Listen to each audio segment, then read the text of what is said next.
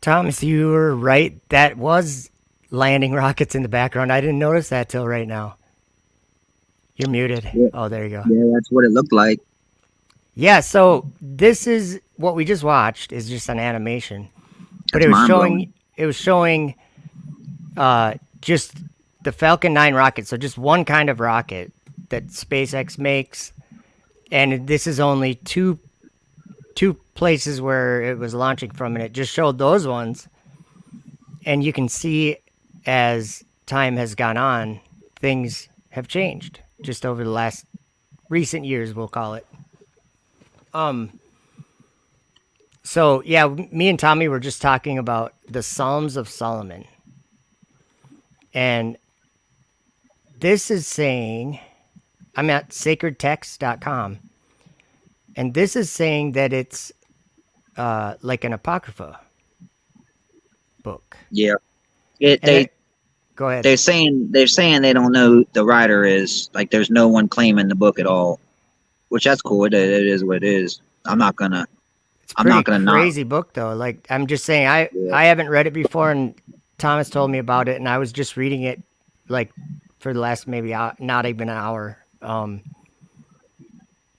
Pretty wild. yeah, for sure. Did you It get to the made me part? Did you go get to the ahead. part down? There's a part down in like 16 because it's only 18 chapters. Yeah, I didn't get nearly that far. Man, I got to read this real quick. Then let me find it. It's talk about this man, and he's an alien. He's like, oh, my stupid phone messing up. He's like, I'll try to get it on screen. he's an alien to the humans. It kind of sounds like he's not even a human. I'm trying to find it. I think it's down here. And Oops, I'm gonna go to the index. The Forgotten Books of Eden. Pretty interesting. I is that love what is that that's what it's under? Yep, that's where it is. Wow. That's it, along with the first book of Adam and Eve and the second book, the book of the Secrets of Enoch, which is Right. that's one that I think I've read at one time, but we got to look at that one. But the Odes of Solomon, the Psalms of Solomon, and like these testaments of all these patriarchs, the 12 patriarchs, I started listening to that. fourth book And of Maccabees. that's like the Book of John, right? I don't think so. It's like The the 12, Testament of Reuben, Testament of Simeon, Testament of Levi. no, These are all separate books. the 12 patriarchs. Mm-hmm. I think that's where they got the Book of John from. They took. I'm not Oh, saying okay. I don't know which one was first. Whatever. That's not what I'm saying. But I think if you read, these are like if you the. Oh, go ahead.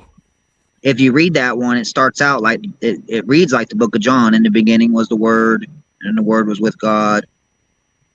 I Okay. think I started listening to it a long time ago. Man, you got to go over if you listened to them or read them a long time ago, go over and read them again because it's Yeah, like, I've read them. Like yeah, I know that I think it's the Testament of Levi. It mentions right away at the beginning a great hanging sea, or oh maybe it's yeah, not Levi. I can't remember which one it is.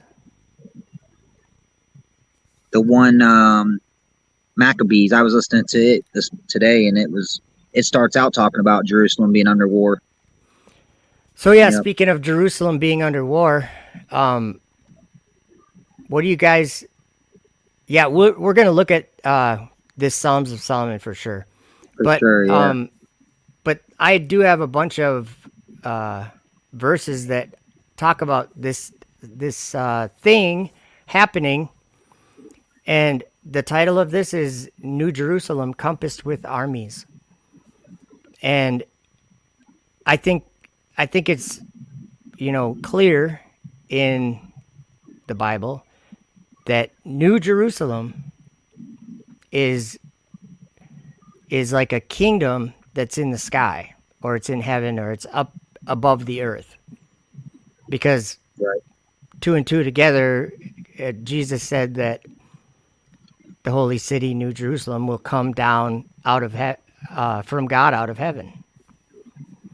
Yep. And so with that in mind, what would armies being compassed around New Jerusalem look like?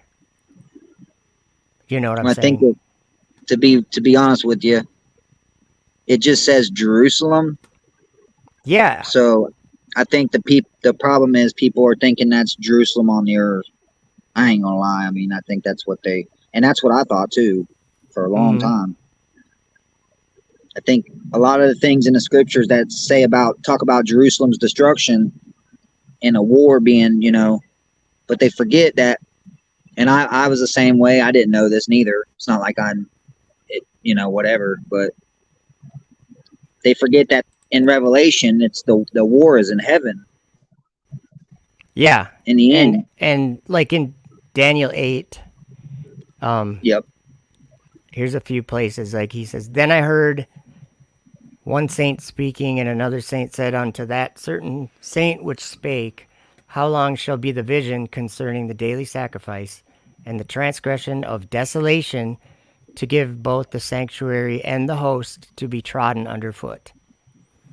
So that's one way that it's. Here's another way. Excuse me. And the holy city shall they tread underfoot 42 months.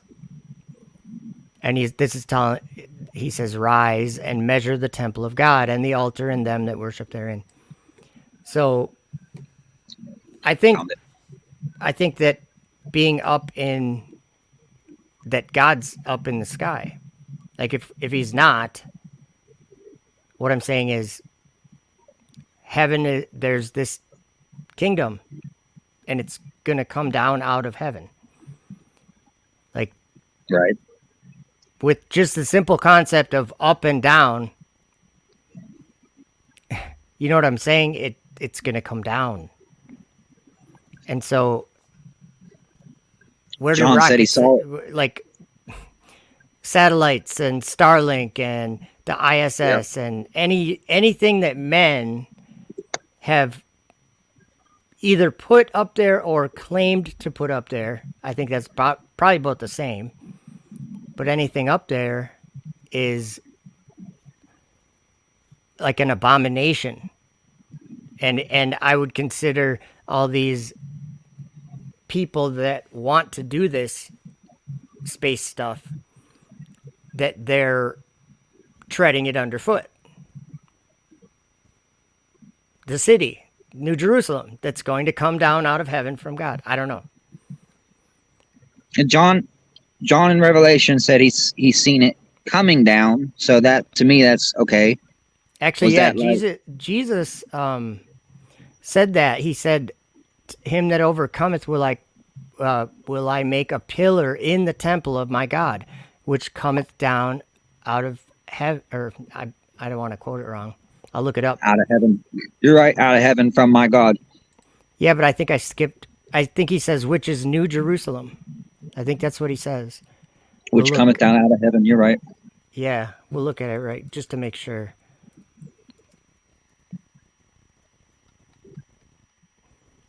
Listen to this second. I know we're not there yet, but when the sinners wax proud with a battering ram, he cast down fortified walls, and thou didst not restrain him, alien nations ascended thine altar. They trampled it proudly with their sandals, because the sons of Jerusalem had defiled the holy things of the Lord. Wow. That's exactly what we're reading when we were reading about New Jerusalem being trodden underfoot, and And it says that also in being Enoch compassed with too. armies. Yep. It was that That's what it Enoch just 50, said. Oh, that Enoch which 56. what were you just reading? Oh, that was chapter 2 of that Psalms of Solomon. Okay, yeah, yeah. Yep. So, Right and here. that what that made me think of New Jerusalem as like um it like a city with tall walls around it, It and says the walls. It yeah. keeps referring that they go over the walls. They tear down the wall. It's saying walls a lot. I mean, I'm not taking those to be block concrete walls. I think them are. I think it's spiritual, man. I don't think it's a physical wall. I think it. And hey, what if that's the wall that NASA refers to? Or well, rocket lab. That's what they call it. The Yeah, wall. the Like when wall. they're like when a rocket would go launch something into orbit, and then when it would fall, like when the booster would come back in, they they Right. said they call it the wall that they have to get through because it's so hard to get What if through. it's that simple? What if that is the entrance to the holy city? Well, I mean, here's the I thing. go ahead. Like you said, like it's not necessarily like some physical thing. I think. Yeah, I Like don't think so.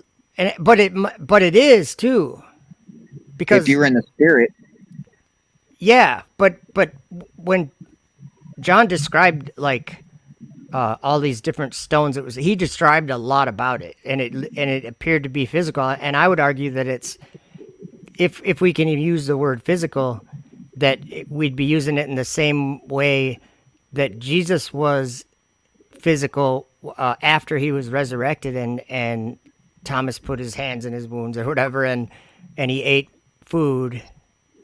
right? He was still. I'm saying He was in there's a mystery there.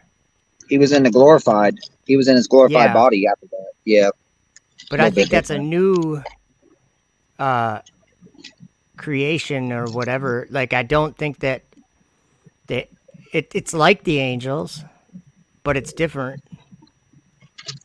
So I don't really know. It's a mystery to me. But in Revelation 3, verse 12, he says, "Him that overcometh will I make a pillar in the temple of my God, and he shall go no more out. And I will write upon him the name of my God, and the name of the city of my God, which is New Jerusalem, which cometh down out of heaven from my God, and I will write upon him my new name."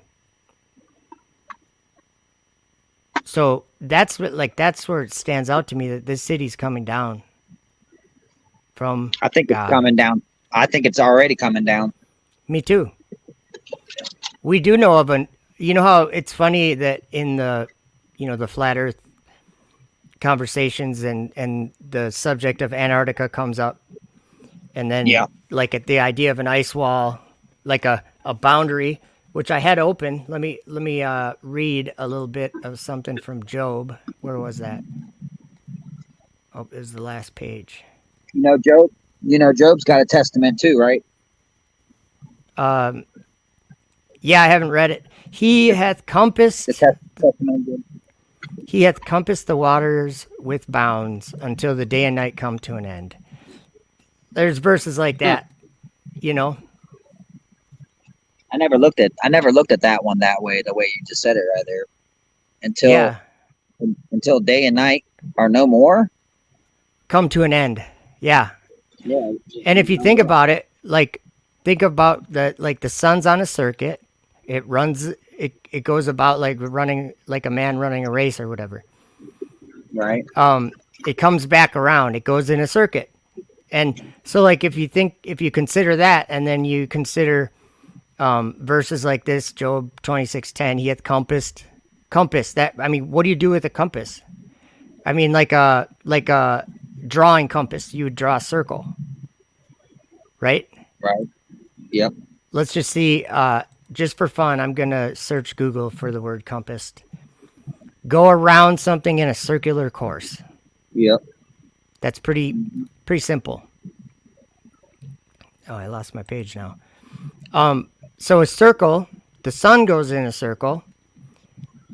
Antarctica would make a lot of sense that would be like where the waters had bounds. I So think anyway, I think Joe, that's why it says a lot of times the ends of the earth. yeah.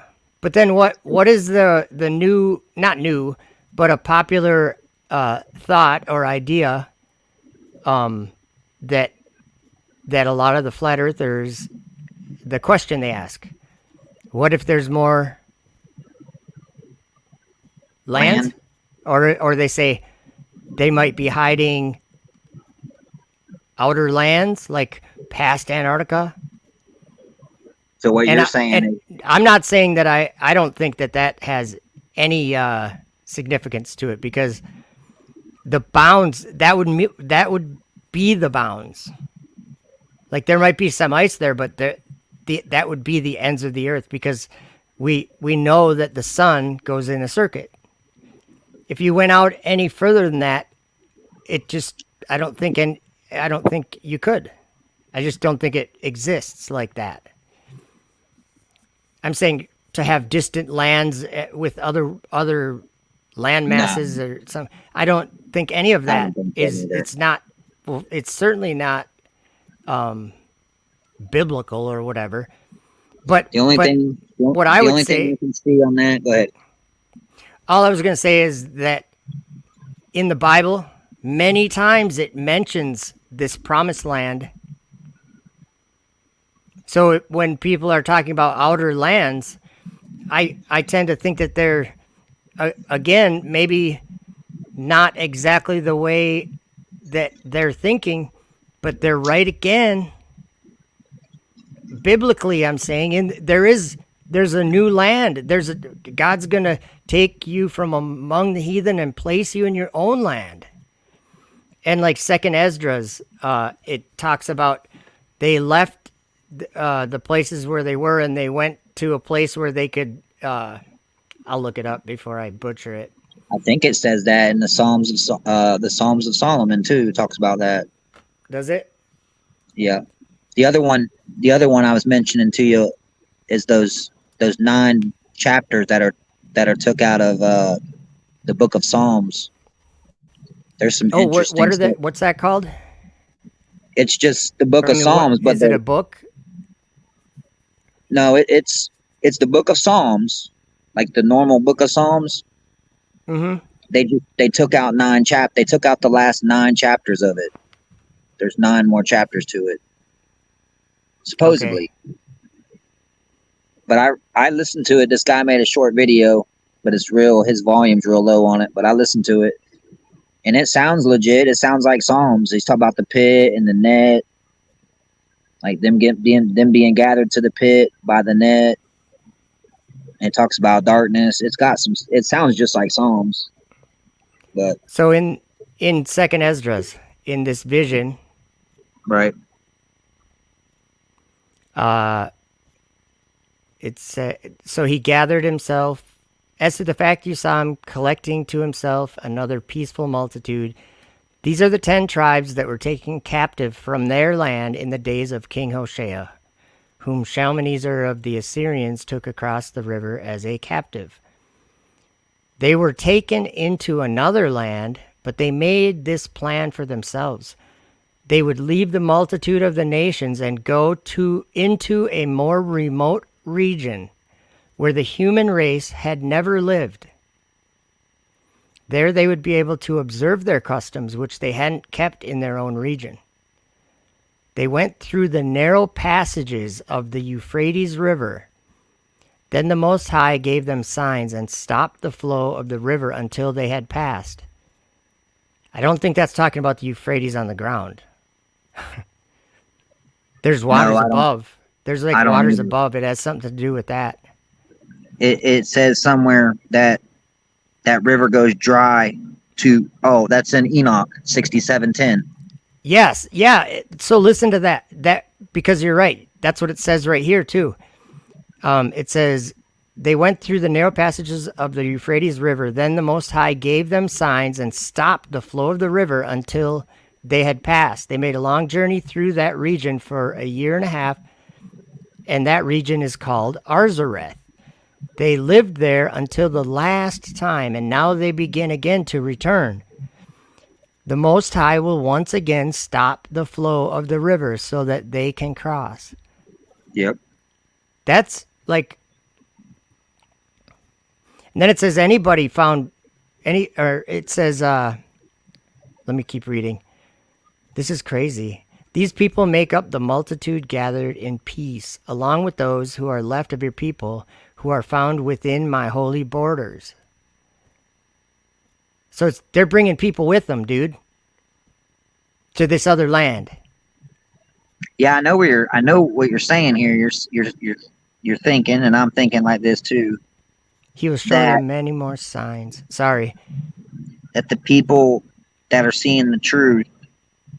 Let's just use Rob Skiba for instance. Rest in peace. Yeah. But Yep.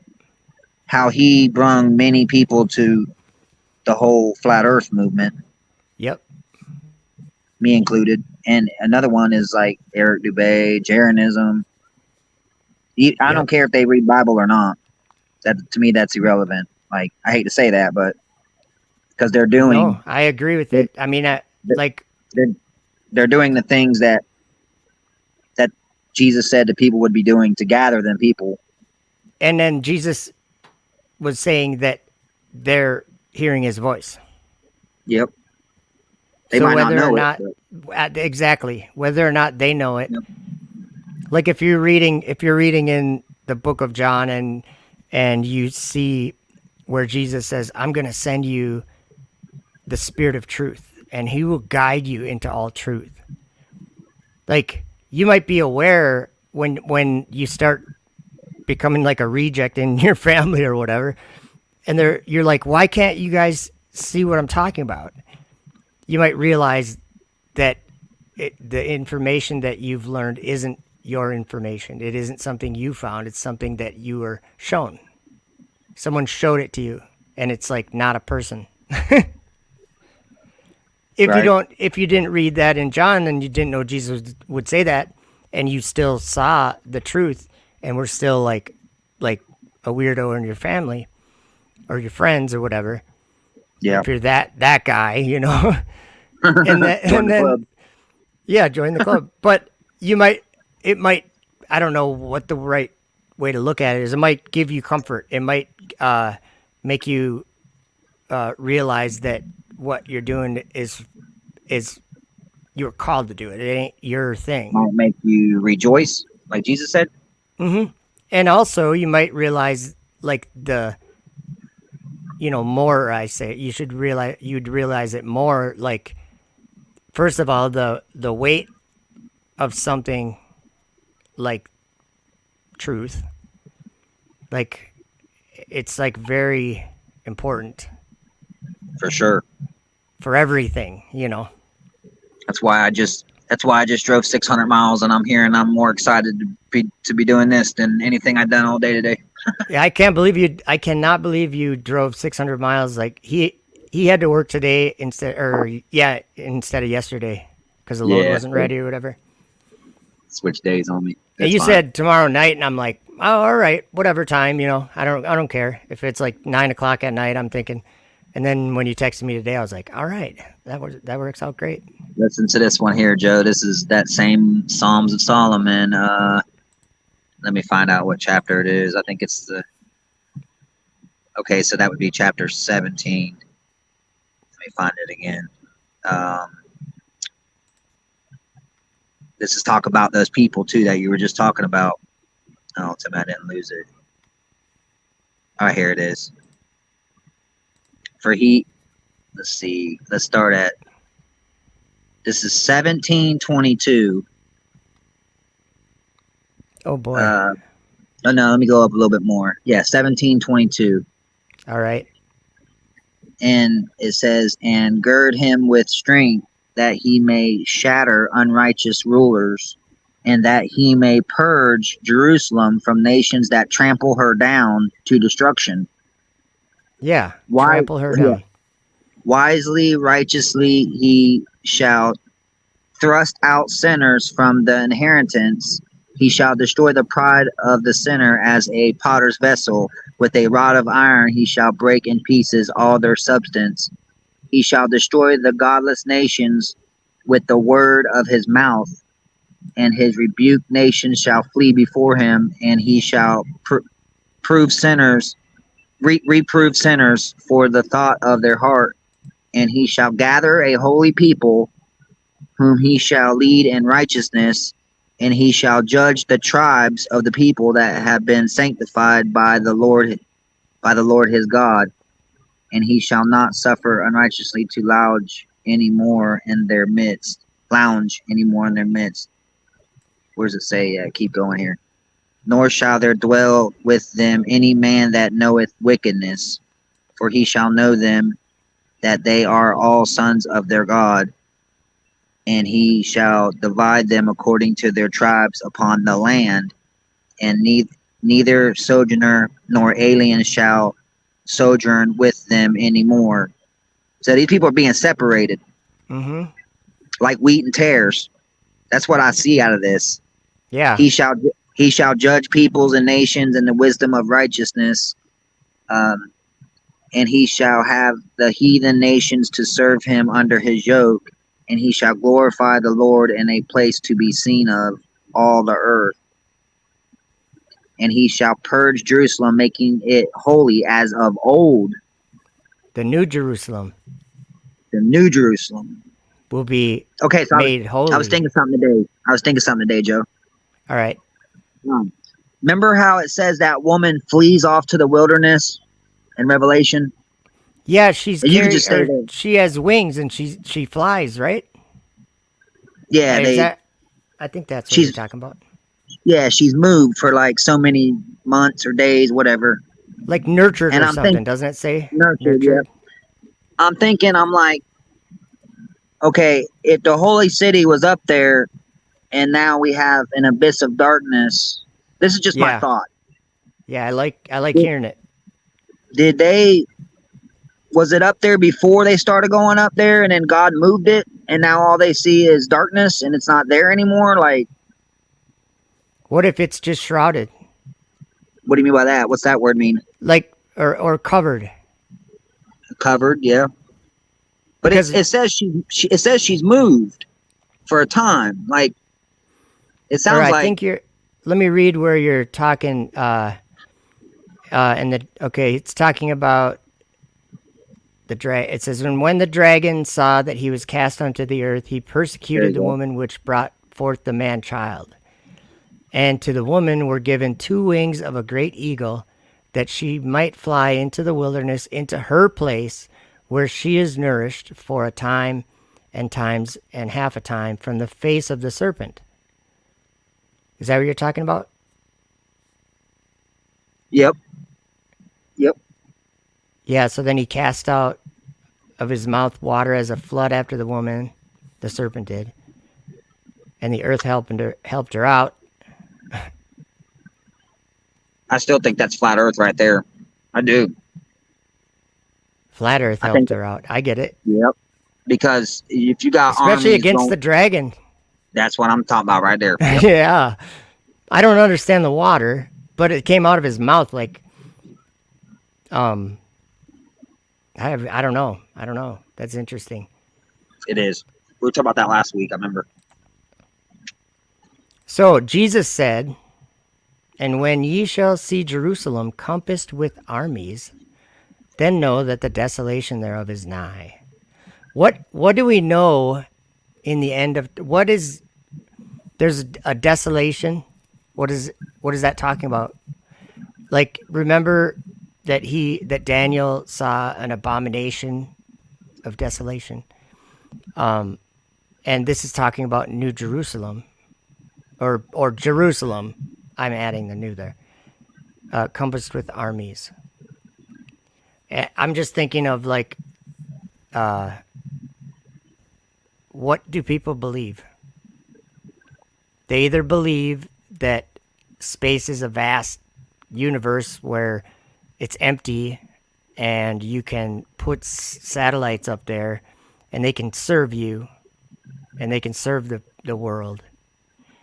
They can be in low Earth orbit, or they can be geostationary, or they can be all these different things, but they believe it because they see it, right? They see it up in the sky. They see satellites going by, or the ISS, or whatever. Right. What do you Where does it see say when you that? look up? What do you see when you look up at that stuff? When I look up at the firmament, Yeah, like what I'm saying, specifically seeing satellites or the ISS, or I'm gonna be real with you. I've never seen any of them. well, what about when you see a rocket launch? Where's it Oh, going? I know when they launched that Starship a couple months ago, I literally was in tears, Mm-hmm. and I told God I was sorry. I was like, because I was involved in that, man, for years. I love NASA. Oh my God, So it just made basically, me I'm think. I'm pointing out that there's two things to Yeah, believe. there's two ways. Yep, yep. It's It the be war I being know fought. that. Man. Well, my belief change. There used to be space up there, and orbits and all whatever, Yep. because that's legit, right? In this world, that's legit. People believe it. We all used to believe it. Some of us don't believe it anymore. What's the difference? Why don't we believe it anymore? Because we Yeah. believe heaven's there and God's there. Why is that happening? That's the question. Well, it's because someone, when people say Jesus is coming, I like to say it like, is he not already flying with the clouds of heaven, I think uttering I'm his with you there. voice? I think people are hearing his voice. He said, Yep. if any man hear my voice and open the door, that's what he said. He's standing Yep. at the door knocking. And that's like a different concept to me now. Just like thinking about it, uh, we're all living in time. Under the firmament, everything has time. I Yep. don't know how it works. I don't know. It's God doing it or whatever. But everything above the firmament isn't necessarily have time, At least because you're. the firmament makes time, At right? least you'll say that. At Well, least you're humble enough or able enough to say God does it or God did it. I'm telling you, man. In this world right now, that I people they just like they gotta have an answer. They gotta know. Like they're not willing. I made a Facebook video about that a couple of days ago. Like I noticed with people that fight the truth, they're not willing to say God did this or God's doing that or like no, they will not say that. Franklin Watson says, "Seen the Starlink train going up."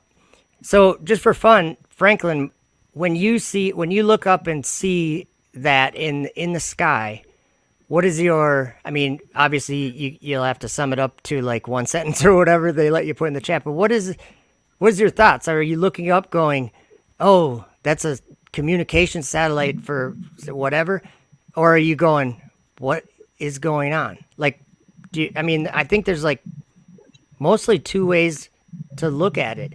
And most people just say, who cares? But Yeah, when I look up there, let me show you on my TikTok. I thank just God made it. cares. I just made this video on here, and I'm gonna put it on the screen. You guys won't be able to hear it. It says Jesus sent a signified angel to a man named John and showed him a vision of the end of the world. John wrote down that he saw angels fighting in the sky. This is no coincidence. Prepare yourself by putting your faith and trust in Jesus Christ. He will put an end to the battle that we see taking place. You Because know, it that's sounds like that's that's what we see from the ground. That's just a look, rocket launch, right? you talk about the Jesus. I think I've said this before. The horn of salvation, which is to us is Christ, Mm-hmm. and then to Satan, his horn is false. That's the beast, the horn in Daniel 8. But it's it's like the wicked's way of getting to heaven. They think that thing right there is going to take them, and and create life on another world. Yep. So it's a good thing. Or you, like Franklin Watson answered. Thank you, Franklin. I appreciate it. He answered, I believe it's a weapon against heaven. That's like exactly pretty much what I would answer if I was able to use my words so efficiently. You know what I would say about it, Joe? It's an arrow pointed at God. I mean, I don't know. This is what I would say about it. Check this Yeah, let's out. hear it. Let Thanks, me find Franklin. it. It says right here, chapter 7 of Ezekiel, and I know this is going to sound crazy. He says, and I will give it into the hands of the strangers for a prey, and to the wicked of the earth for a spoil, and they shall pollute it. My face, where does it say right here? My face will I turn also from them, and they shall pollute my secret place, for the robber shall enter into it and defile it. This next verse is the one I'm talking about. Make a chain, for the land is full of bloody crimes, and the city is full of violence. Make a chain. Every time they launch those Starlink satellites, it's a chain. Here, I'll get that. I'll try to get that up on screen if I can find it. I swear, you've been saying that for a while, and I don't know, probably last year sometime. I was like, what does it mean by make a chain? Because remember, it's God's will that this be done. I'm not saying He's gonna do it, but He's allowing it to happen. So yeah, exactly. In a way, Here, these fallen angels are teaching mankind to make this technology. God's allowing them to do that. I don't know if you guys can see that well. I don't think I can get a better. This is TikTok right there on my computer. Many of us have seen this. I've been looking for it. I still ain't seen it. I mean, I don't look for it like a hawk, but when I park, Captain Caveman, what's up? Manly earthly weapon. When I park out on the ramps on the interstate at nighttime, I always look. I never see it. You gotta let your eyes adjust to. Yeah, I know, man. I guess maybe where I'm at, it's pretty dark. Like, there's not a lot of like city lights or anything. But I've been like, if you go like somewhere real far and you look up at night, they're like way brighter. So the city lights do dim them out quite a bit. But these things going across the sky, that's intimidating to see that. It's like, whoa, that is crazy. Oh, I'm sure it is. Just like the Tower of Babel, Franklin Watson says. So yeah, that's actually a good point. Think of the Tower of Babel. It was enough of a transgression that God got the angels and went down and like, yeah, put a stop to this. God stopped them. Yeah, if they couldn't get through the firmament back then, why would He have to stop them? Well, that's a good point. That's a good point. I think anything that. Go ahead. Anything that looks like this in the sky, that's in the firmament. Because if you go out of this world, above, there's a place of darkness that's called the firmament of heaven. That's where God put all these great lights and the stars, and that's where He put them. He set them in there on their courses.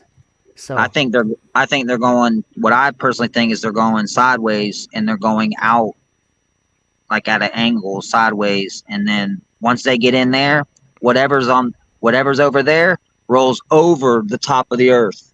It's a pit. Like, you see what I'm saying? That's why they're falling. Those are actually, they're going over your head. When you look up, they're going over you just the same way like a jet airliner, a commercial airliner would be flying over you. You're going to see them, however long you can see them, you're going to see them on one side of the sky or whatever. And they're going to be kind of coming up towards the middle of the sky. And then as they pass over you, they're going to be going down, just like anything. But what they think is happening to those is that they're in a perpetual state of free fall. They're falling. So that's interesting anyway. And that's the interesting thing too, is that going and putting corruptible things or whatever material, physical things into a different, the heavenly realm, whatever you want to call it, celestial realm, space, however you want to think about it. But putting something up there is literally stepping on what I believe is coming down out of heaven from God. Amen. I'm with you there. And it's like it's like a debate all over the internet too. Right. Flat versus globe. Is it a coincidence that all the flat people believe that God's up there? I was just saying that to myself today. I couldn't believe you. I was just We saying all that to believe that. myself. We might not believe exactly the same things about it. Some of us believe the Bible. Some of us aren't sure. Some of us think the Bible is a fable. But the thing that we have in common, and I'm just stating, the facts. I'm not trying to be biased. The thing we all have in common is that we know that God has a throne up there. Whoever God is, the creator. A lot of people call him the creator because they don't know. Yeah. And I can't blame them for any of that, One thing that the flat earthers will say is that this place was created by a higher power. And he's above us. Yep. He's above us. Yep. For sure. Listen to this one right here in that Psalms of Solomon. This is chapter 1. I cried unto the Lord when I was in distress, unto God when the sinners assailed. Suddenly the alarm of war was heard before me. I said, he will hearken to me, for I am full of righteousness. I thought in my heart that I was full of righteousness, because I was well off and had become rich in children. Their wealth spread to the whole earth, and their glory unto the end of the earth. They were exalted unto the stars. They said they would never fall, but they became insolent in their prosperity, and they were without understanding. Their sins were in secret, and even I had no knowledge of them. Their transgression went beyond those of the heaven. Went beyond those of the heathen before them. They utterly polluted the holy things of the Lord. Yeah, they exalted to the stars. Come on. It says it. Like in Daniel 8, when it says, and he waxed great, even to the host of heaven. And he cast down some of the stars to the ground and stamped upon them. In the end times, I don't think anybody would argue, if we brought some of these verses up, no one would argue that something from the earth, and it's evil, it's it's actually like fallen angels, but something from the earth is going to go up into the heavens. It's very clear that it's in the book of Daniel, it's in the book of Revelation. Satan is cast out of heaven after all that. And then there's he's let loose for a short time. What if we're in that time? There's a dragon up there, guys. That's scary. Yeah, it is scary, and I don't know. It's kind of both. Well, it is what it is. I mean, some people just say, no, that's ridiculous, and that's fine. I can't say that I have more sense than anybody else or something. I hear you. I just know that that in these scriptures, actually, I have let me go back to my TikTok, because I just have it on screen here, and I'm just like, this video right here. It says, how art thou fallen from heaven, O Lucifer, son of the morning? How art thou cut down to the ground, which didst weaken the nations? For thou hast said in thine heart, I will ascend into heaven. I will exalt my throne above the stars of God. I will sit also upon the mount of the congregation in the sides of the north. I will ascend above the heights of the clouds. I will be like the Most High. What's that? What if that's in the short season right there? I think it is. I think it's Lucifer, I think the beast and all that, the dragon, the beast, all the things that has to do with Satan in the scriptures is in the end. It's in the very end, right before the great white throne judgment. When he's loosed for a short time, right? Yep, yep, Yeah, he comes as a that, dragon that time. yep. That's when he's setting up his dominion, trying to take over. Yep. And there's That's what I another think. one.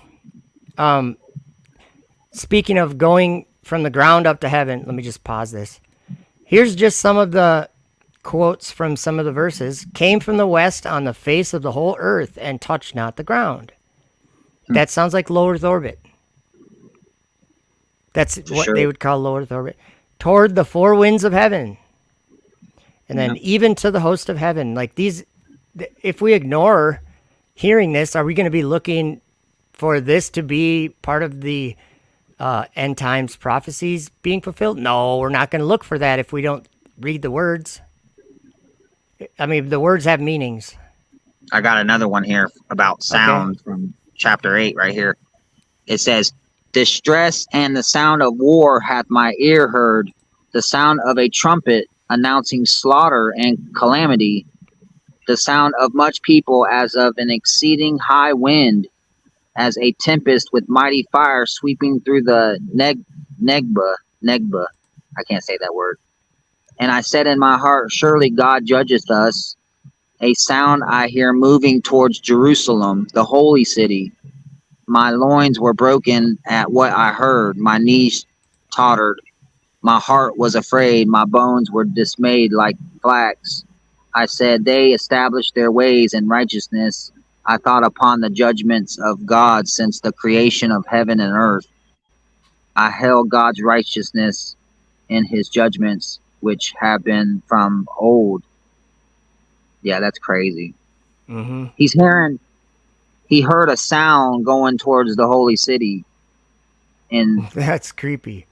his heart almost fell, and his knees gave way. His That loins. reminds me That's of Enoch 57. Enoch and Daniel, because Daniel was troubled like that too. Yeah, Yep. Daniel was sick for days, Yep. or was it weeks? Was he I sick for think it was. 3 weeks? I think it was like, yeah, 40 days or something like that. I think I have Daniel open here. Let's see. Read full Yeah, chapter. we should talk about Daniel. We were going to talk about Revelation too. Yeah, let's see here. At the end of this second vision, it says, oh, it says certain days. I was sick certain days. Okay. Yeah, but he's definitely talking But about the judgment, Joe, in this right here. Because if you listen to this video at the beginning, the guy says this all was supposed to happen in his day, in Solomon's day. But no, oh, okay, yeah. he's talking about the judgment of God, like judgments of God since the creation of heaven and earth. Like, to me, that sounds like the final judgment. Okay, I got another thing to add to the stream real quick. Go ahead. It's less than a minute long, I think, but Shoot. it's somewhat interesting.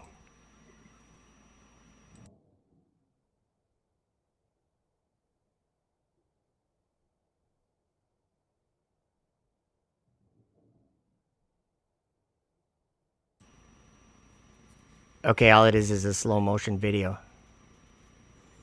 But you see, that's the second hand, right? Right.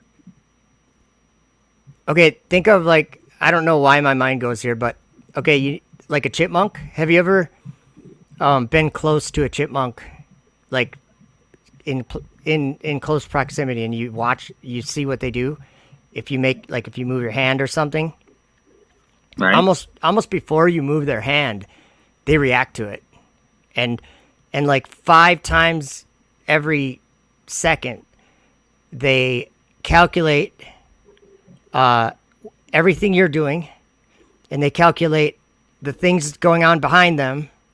All I'm saying is that it's as if we are in like we're going like this clock. Let me start it over. So if we were a chipmunk, like, what is time? This has been on my mind, Thomas. You know this. Yeah. The only way that God could love you and me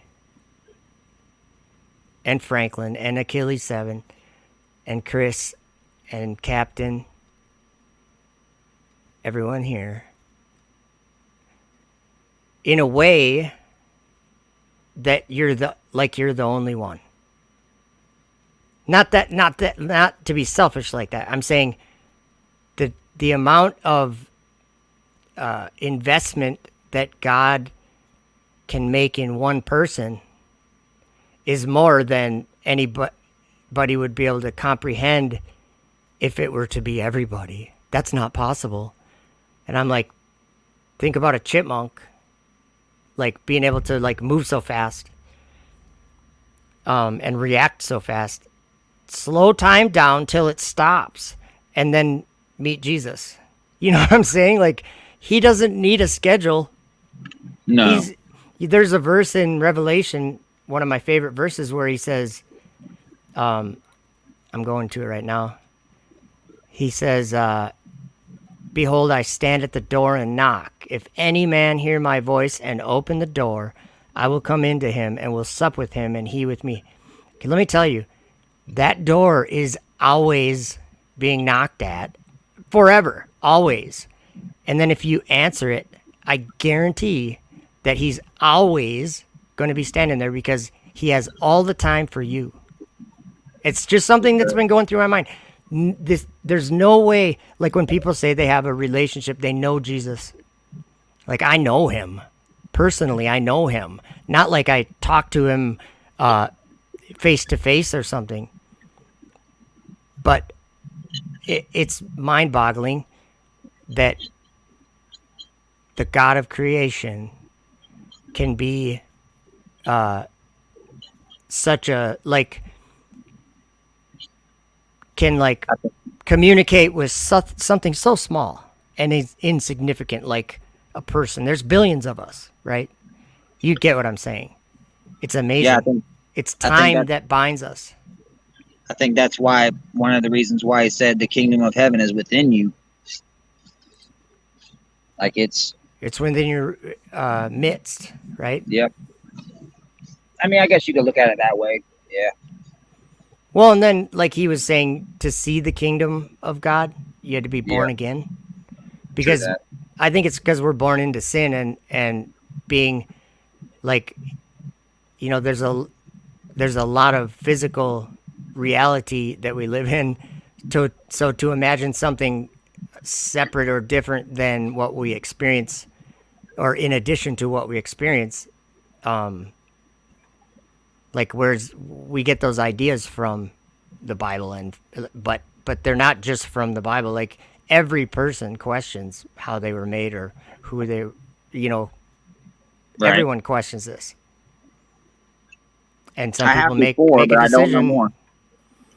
I believe that the Bible is, and so many of these other books that we've found, I believe that they're literally Jesus appearing to whoever wrote it and saying, write this down in a book. And maybe without time or whatever, like Ezra wrote 90 books in 40 days or whatever. That's crazy. And then that just reminds me too when he says that it will dwell in our hearts. All right. So yeah, I don't know where I'm going with that. There's definitely something spiritual been happening. Yeah, for sure. I agree with that. Sweeping over the world, every nation. Yeah, that's another miraculous part of this. And people would say, that's just because of the internet. Well, that's kind of miraculous too, isn't it? We can have real-time communication anywhere in the world. Pretty weird. Daniel Pretty called new. that one. Yeah, he did. Daniel totally called that one. Yep. He said that knowledge would be increased. And people would go to and fro. Something like that. Yep. Ever heard of commercial airlines? All of it. Vehicles, internet. Yeah. All of it. Yep. It's crazy. And just the luxury that we live in is kind of like pretty amazing time to be alive. Both good and bad. Imagine, imagine being someone like Abraham, where you didn't have no books, but maybe, maybe back then, I can't say that. I was gonna say, well, maybe God was closer to him than us.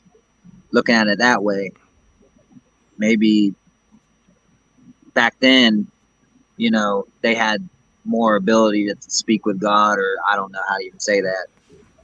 I think that in the same way that you made the decision to tell people, hey, the Earth's not a globe. Why did you do that? How did you know to say that? Right? Because you did science? Or because you measured something? No. No.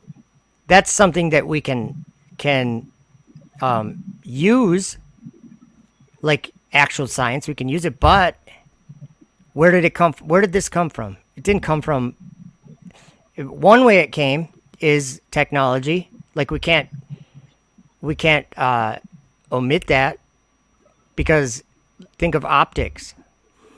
How many people would be talking about this if we didn't have good optics that could see better than the human eye? Nobody would be talking about it, really. Right. But in these times we live in, we have these sweet optics. I mean, just the cameras that we have. Just your cell phone camera that you have. Or your smartphone or whatever. So, all this stuff put together with the communication that we have with each other. I'm going on TikTok seeing people. It looks kind of like the screen we have right now with two people, and they're both looking through their telescopes at the moon from different places, and you can see the whatever difference, the orientation difference or whatever. I've seen it many more times than once. So, you don't think we understand a thing or two about the moon in 2023? If we're honest, we understand that we know what we know by looking at it. We don't. Well, and then some people believe these wild, crazy stories that get told in this world that have nothing to do with truth, but we were born into them. It's kind of scary. So many people just don't want to think they were deceived. Right. Oh, that's cool, Franklin. I was looking for one in here. It says something about the mountains being made level on this one too. Oh, in the Psalms of Solomon? Yep. Let's hear it. And it's talking about his glory. I'm looking for it right now. I already listened to this thing 5 times already.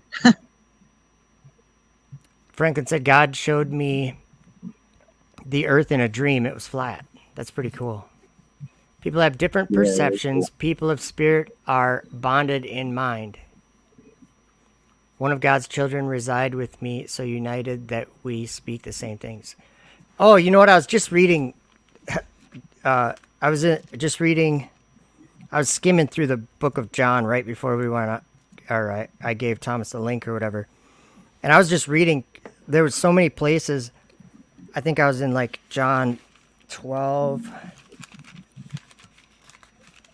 So many places where he kept saying, I must do the works of him that sent me while it is day. Okay, he's always saying, it's not me. I'm not doing what I want to do. I'm doing what the one that sent me here told me to do. Or doing what he does. I'm just trying to find a couple of them. This book's crazy.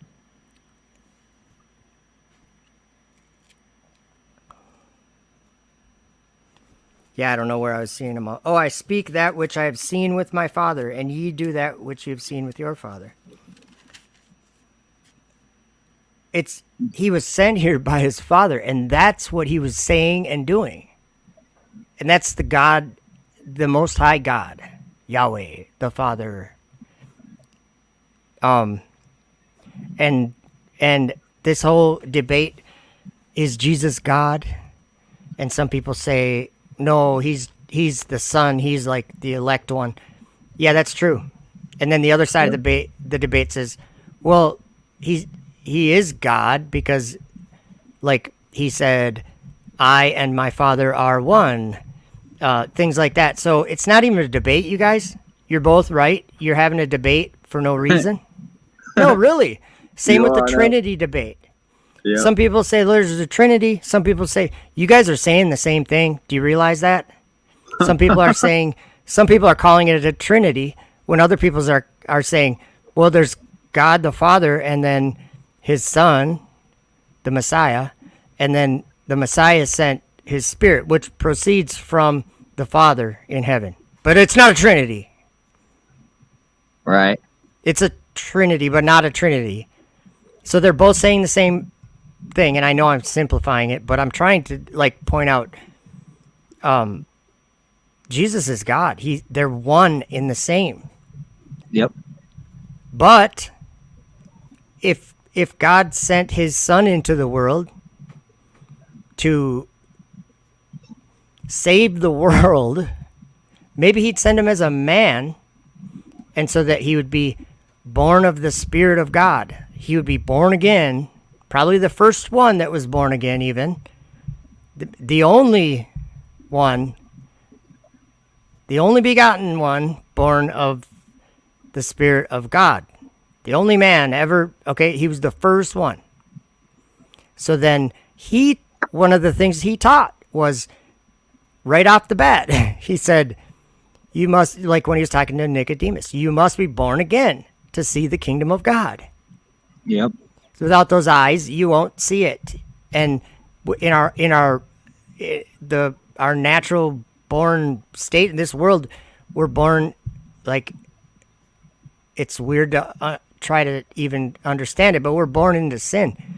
We have a sinful nature as human beings in a material, physical world, and we have bodies and like bodies that want to survive, and so they need food, and like this causes a lot of, you know what I'm saying? It causes a lot of sin to be Right. possible, and just having free will, we have decisions to make. And there's good ones and there's bad ones.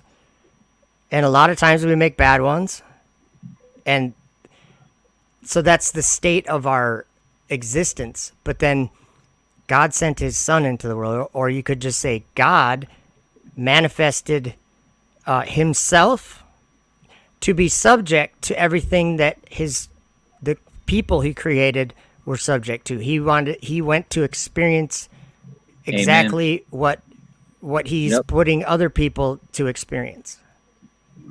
So then he sent his son, because anybody coming into this world doesn't just pop into the world with a grown-up body. They're born into the world, like born. He even says, I think he says, born. Like when he was talking about being born again, he was saying, not of the will of the flesh or the will of man, but but the Spirit of God. So like when a mother and father want to have a baby, they know what to do, and then they have a baby, and it's born in a hospital or out of a hospital. It's born, and it's a flesh creation or whatever. So then that's how we're all born into the world. And I think what Jesus was trying to say was, make sure you don't leave the world without believing in me. Like, don't go out of the world until you've had eyes to see. You've been given eyes to see. Like, you're blind right now.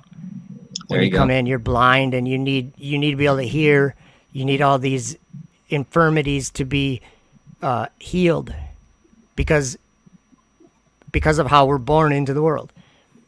So that we can live in that same body, in the same condition, with the decisions to make and everything. But if he's healed your blindness and you see the kingdom of God, you see past a lot of the decisions become made already for you. You're like, oh, okay, I get it. Like you're basically given understanding if you can believe what he says. It answers so many questions that a person would ask to me, but yeah, he said everyone's condemned already until they Yeah. believe in him. Because And they're in that's a darkness. hard pill to swallow, actually. It doesn't seem right. He's the light that comes into the world Hmm. that takes man out of darkness because their deeds Yeah, are evil. They're already in yeah, darkness. they're Yep. walking in darkness. I was looking for this one. Man, it's in. I was gonna send you that the other day. It's Second Esdras, and I forget where. It's kind of in the middle. It's talking about that. I think it's that wall again, or that river, or something that this vessel goes through. That is so small that only one man can pass through at a time, or something like Oh that. yeah, and like if he didn't pass through that hard path, how would he know? How would he get what was promised to him, or what's the word it uses? Inherit. How would you inherit? Like if there was this place you were going to inherit, or you, like someone handed you the ownership to it, but in order to go there, you had to cross this path that was hard to follow. How could you ever even inherit the land if you didn't cross the path? You couldn't. You couldn't get It there. made it made me think of the when Jesus said that broad is the way that leads to destruction, and narrow is the way, and not many go through that way, or something like that. I forget where it's at, and I think I know It it's might Second be chapter Esdras. 6. It might be chapter 6. Is it Second Esdras? Yeah, I think it is. Yeah. I'm trying to Yeah. find it. Um I just thought that was interesting. It to me the way it sounded like, I ain't gonna lie, it sounded like a rocket going through those okay, waters. here it Like, is. It's chapter 7. Should I just read it? chapter Cuz yeah, I haven't 7. read this for a while. I Yeah, really read want it. to read this. When I finished speaking these words, the angel who had been sent to me on the previous nights was sent to me again. He said to me, "Rise, Ezra, and hear the words I have come to speak to you." I said, "Speak, my lord." He said to me, "A certain sea is set in a spacious place so that it can be deep and vast, but its entrance is set in a narrow place like a river. If anyone wants to go to the sea to see it, or to rule over it, how can he come into the broad place unless he passes through the narrow?" Another instance: a city is built and positioned on a broad plain, full of all good things. Its entrance, however, is narrow and located on a precipice, so that there is fire on the right and deep water on the left.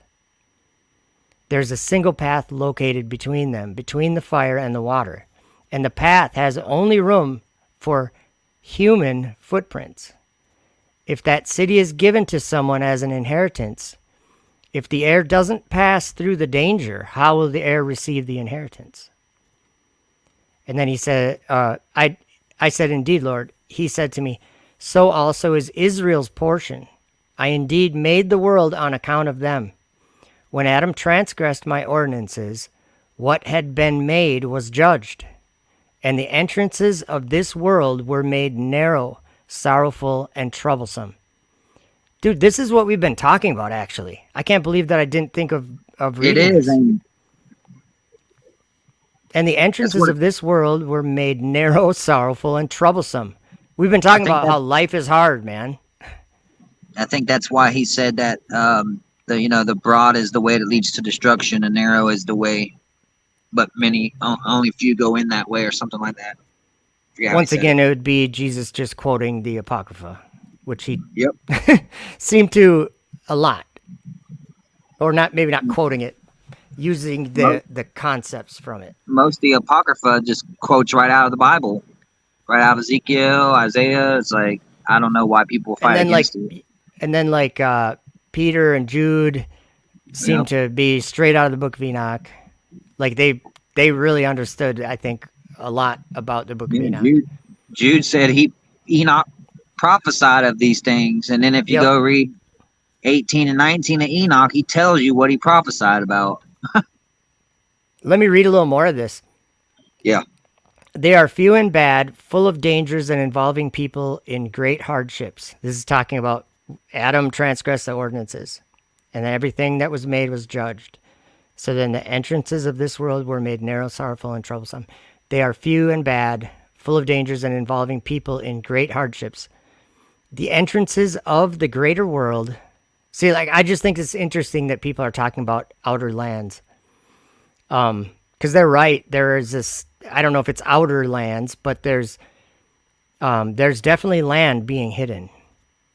Like in a maybe different way than people would expect. The entrances of the greater world, however, are spacious and secure, and they generate the fruit of immortality. If those who live don't enter these narrow and empty places, they can't receive the things that are in store. Therefore, why are you disturbed being corruptible, and why are you upset being mortal? Why haven't you focused your mind on what is still to come rather than on what is present? I answered, Supreme Lord, you ordained in your law that the just will inherit these things, but the impious will perish. The just then can tolerate the narrow, hoping for the spacious, but those who have acted impiously endure the narrow and won't see the spacious. Should I keep going? Yeah, go ahead. I'm looking up Okay. Baruch 3. Oh, good. Okay, so this is still 2nd Ezra 7, verse 19. He said to me, you aren't a higher judge than God, nor more intelligent than the Most High. Better that many of those now alive should perish than that the law of God, which is laid out before them, be disregarded. God commanded those who come into the world after they came what they needed to do to live and what laws they should observe to avoid punishment. But they weren't persuaded and opposed him. They filled their heads with worthless thoughts, and they invented excuses for their sins. They emphatically denied that the Most High exists, and they didn't learn his ways. They despised his law and rejected his covenants. They weren't faithful to his statutes and didn't perform the works he prescribed. Therefore, Ezra, empty things are for the empty and full things are for the full. Look, I love this verse. You guys, I can't believe we landed on this verse right now. Look, the time is coming when the signs appear that I told you about in advance, and the city will appear, appearing as a bride, and the land that is now hidden will be openly displayed. Do you guys think we're there? Like, is that the time we're in? Is this land being displayed? I do.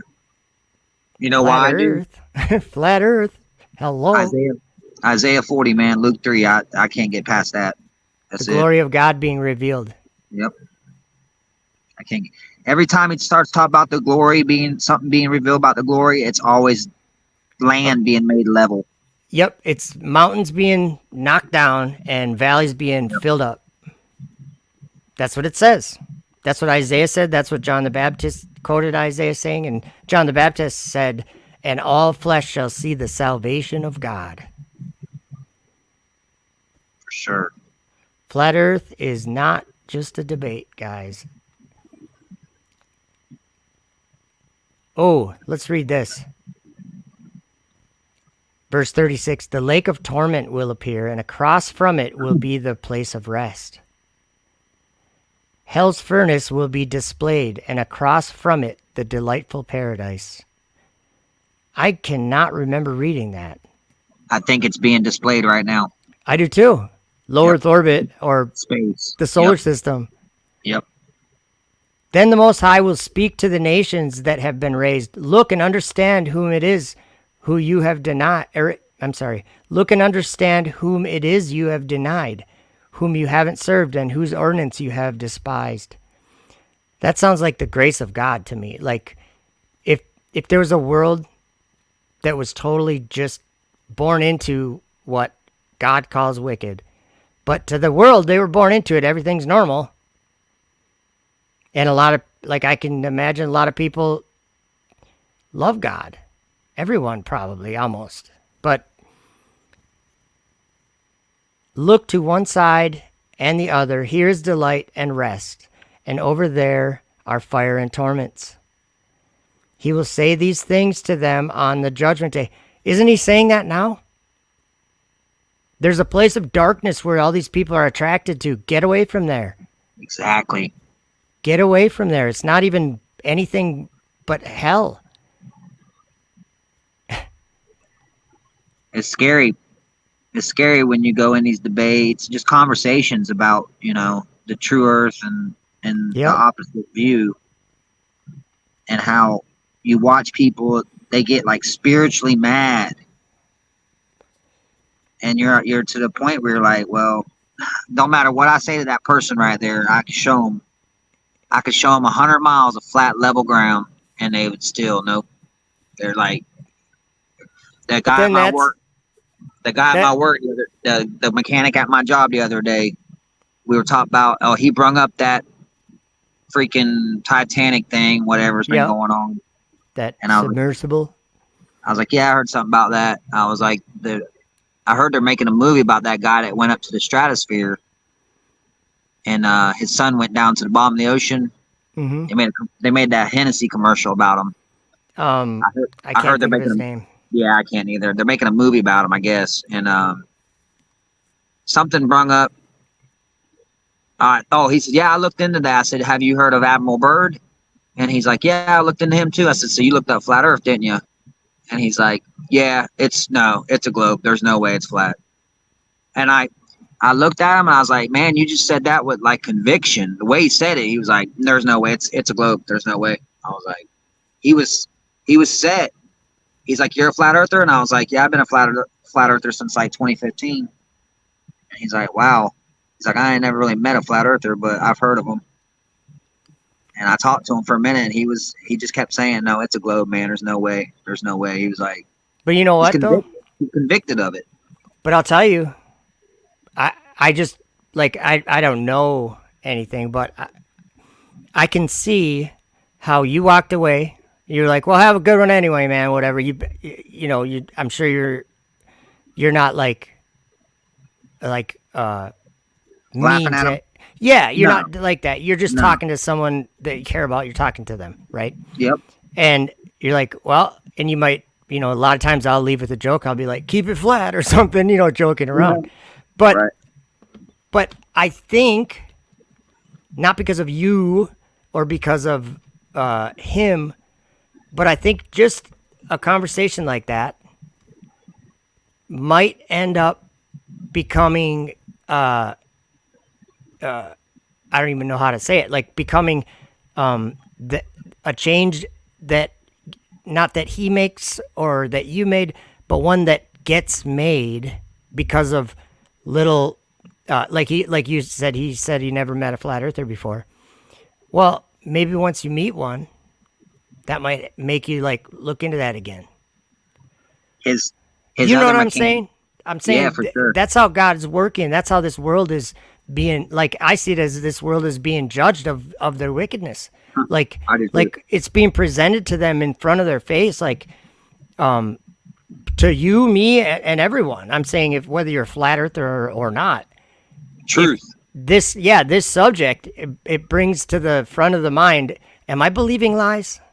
Like, I never asked myself if I'm believing lies up till I was like 35 years old or something. You know what I mean? I didn't suspect these lies. I didn't think that was the world. But now I really think that almost everything in this world has been built on a lie. And so it crumbles when the truth comes around. Yep. So I think, I mean, you can, anyone that's been, aware of this subject, this debate, whatever, going on for many years, you realize that it's changed over this short period of time from something that would like nearly get you put in jail or something, or your family was about to, put you in a straitjacket or whatever, to, oh, that makes some sense. That a lot of people talking about it, a lot of people believing it. Almost like it's the last call. Almost like it's the grace of God given to a generation that didn't stand a chance.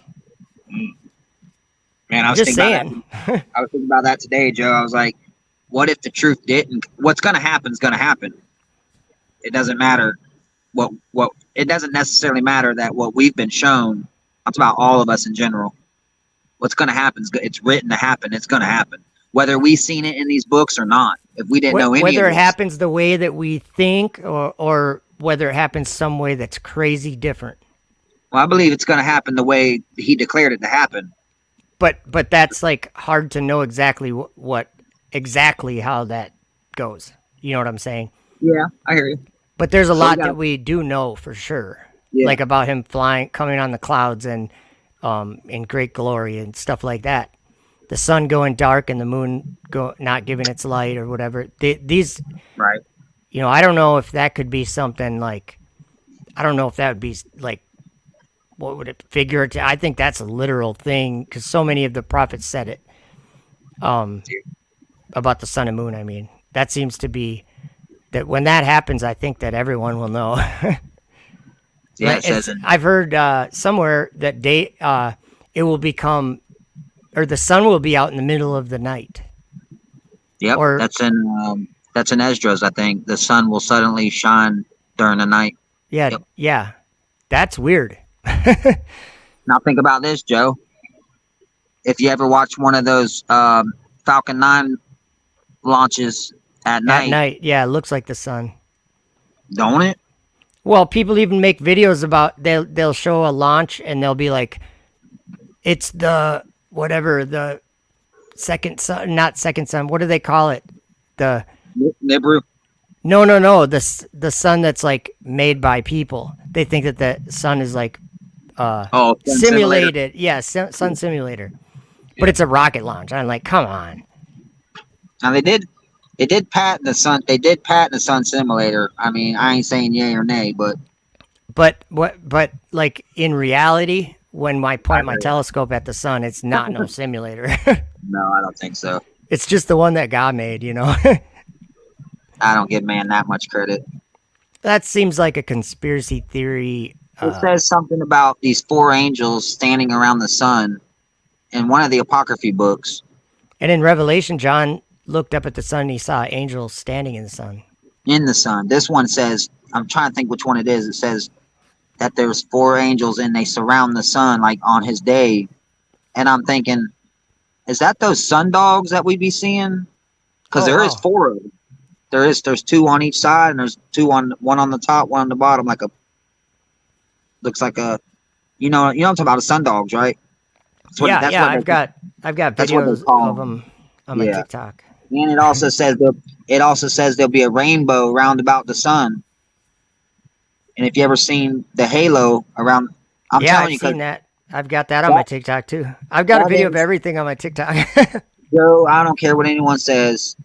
I worked construction growing up, hmm and I never seen a sun halo like that until like 2013, 2014. I started seeing those. Me too. Yeah, like I've only seen it maybe like 5 times or something, and it's been recent. I seen a triple one in Oh Cocoa Beach. wow. I was pulling into the water plant to get a load, and I looked up. I hit the button to open the gate, and I just happened to look up at the sun, and there was three of them. There was one right around the Wow. sun. There was one a little bit further, and then there was one a little bit further than that. Was it really I had hot them. out? Oh yeah, it was super hot. I think This it dead seems like summer. it seems like when it's really hot out that there's a halo more, but It's not just always. little things like that, man. It's like, is that what they were saying? Like all kinds of things, Yeah. not just that. It's like it adds up. I mean, that could be it, but who knows? We're in that time, man. I know there's no doubt in my mind we are. So It's just where's the air of the underworld? the air of the underworld. Yeah, That's the either second upper or third. atmosphere. Yeah, Yeah. upper atmosphere maybe like the who knows? Who cares about specifically where? But let me play a Yeah. video.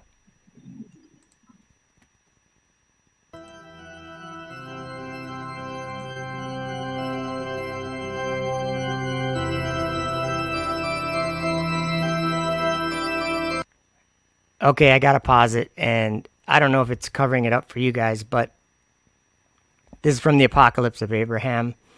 It says something, since I have destined them to be food for the fire of hell and ceaseless soaring in the air of the underground depths, the contents of a worm's belly.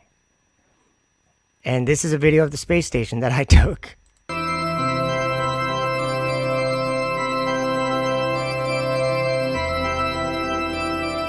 I know it's horrible, but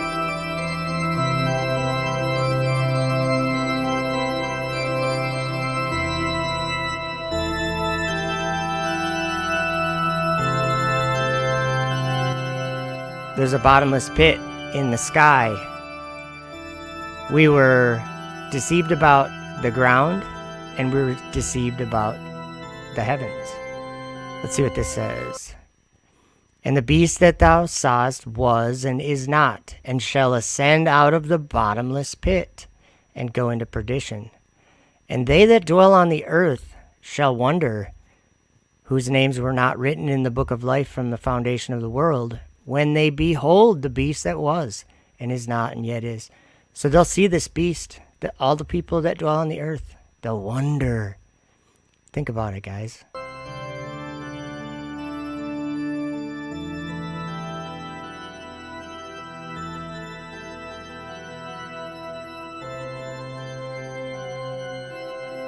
Space is an abyss.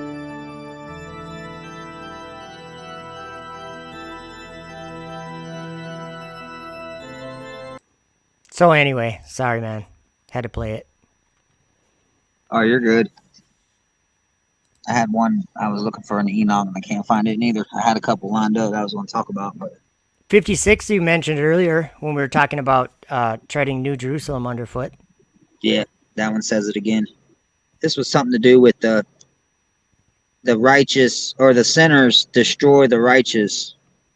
Oh, is that in Psalms of Solomon? No, it's in Enoch. Oh, okay.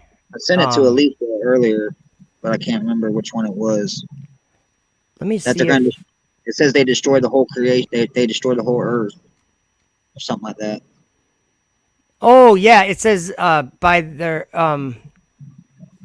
the not. It doesn't say sorceries, but it's something like that. Yeah. Yep. It's and it around talks 80. about their devices or something that like the earth was destroyed. It says, yeah, it was like by their. No, or maybe I'm thinking of Revelation. I don't know. I'm confusing myself now. This is the earth being swallowed up right there. It's somewhere around 81. Let's see here. Yeah, that chapter you were reading in Psalms of Solomon. It's wild, ain't it? It is. It's crazy. I spent all night last night. I listened to it, and I had the PDF, and I just kept reading it over and over again. For the nations reproached Jerusalem, trampling it down. Her beauty was dragged down from the throne of glory. How many books do you need saying that same thing? Like, well, if you don't believe that the throne's up there, then maybe it doesn't matter. I'm talking more to the flat earthers, or to the, especially the Bible believers. Here, how's this? This is, I don't know what verse, because this sacred text, it doesn't have verses. It's just like paragraphs. But this part says, he is king over the heavens and judgeth kings and kingdoms. It is he who setteth me up in glory and bringeth down the proud to eternal destruction and dishonor, because they knew him not. Believe in God and he will manifest himself to you. He will show up in your life. Amen. He will. Actually, Jesus said that. Amen. For sure.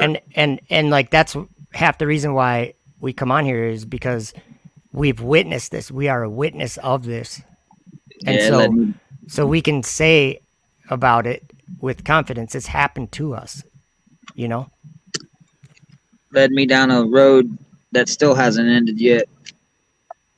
I don't know if it'll ever end, like... It probably won't end until wherever I'm at is where I'll be at, I guess. I think, I look at it. well, I hope I make it. I think that if we're if we follow him, we probably don't know where we're going to end up, uh, but following him. Like I think that Right. John Pounders last night, one of the things John Pounders said on the Midnight Ride is he said, "The more I learn, the less I realize that I understand." And I'm like, that was said really good, and maybe he worded it slightly better, but that's what he was saying. Yeah.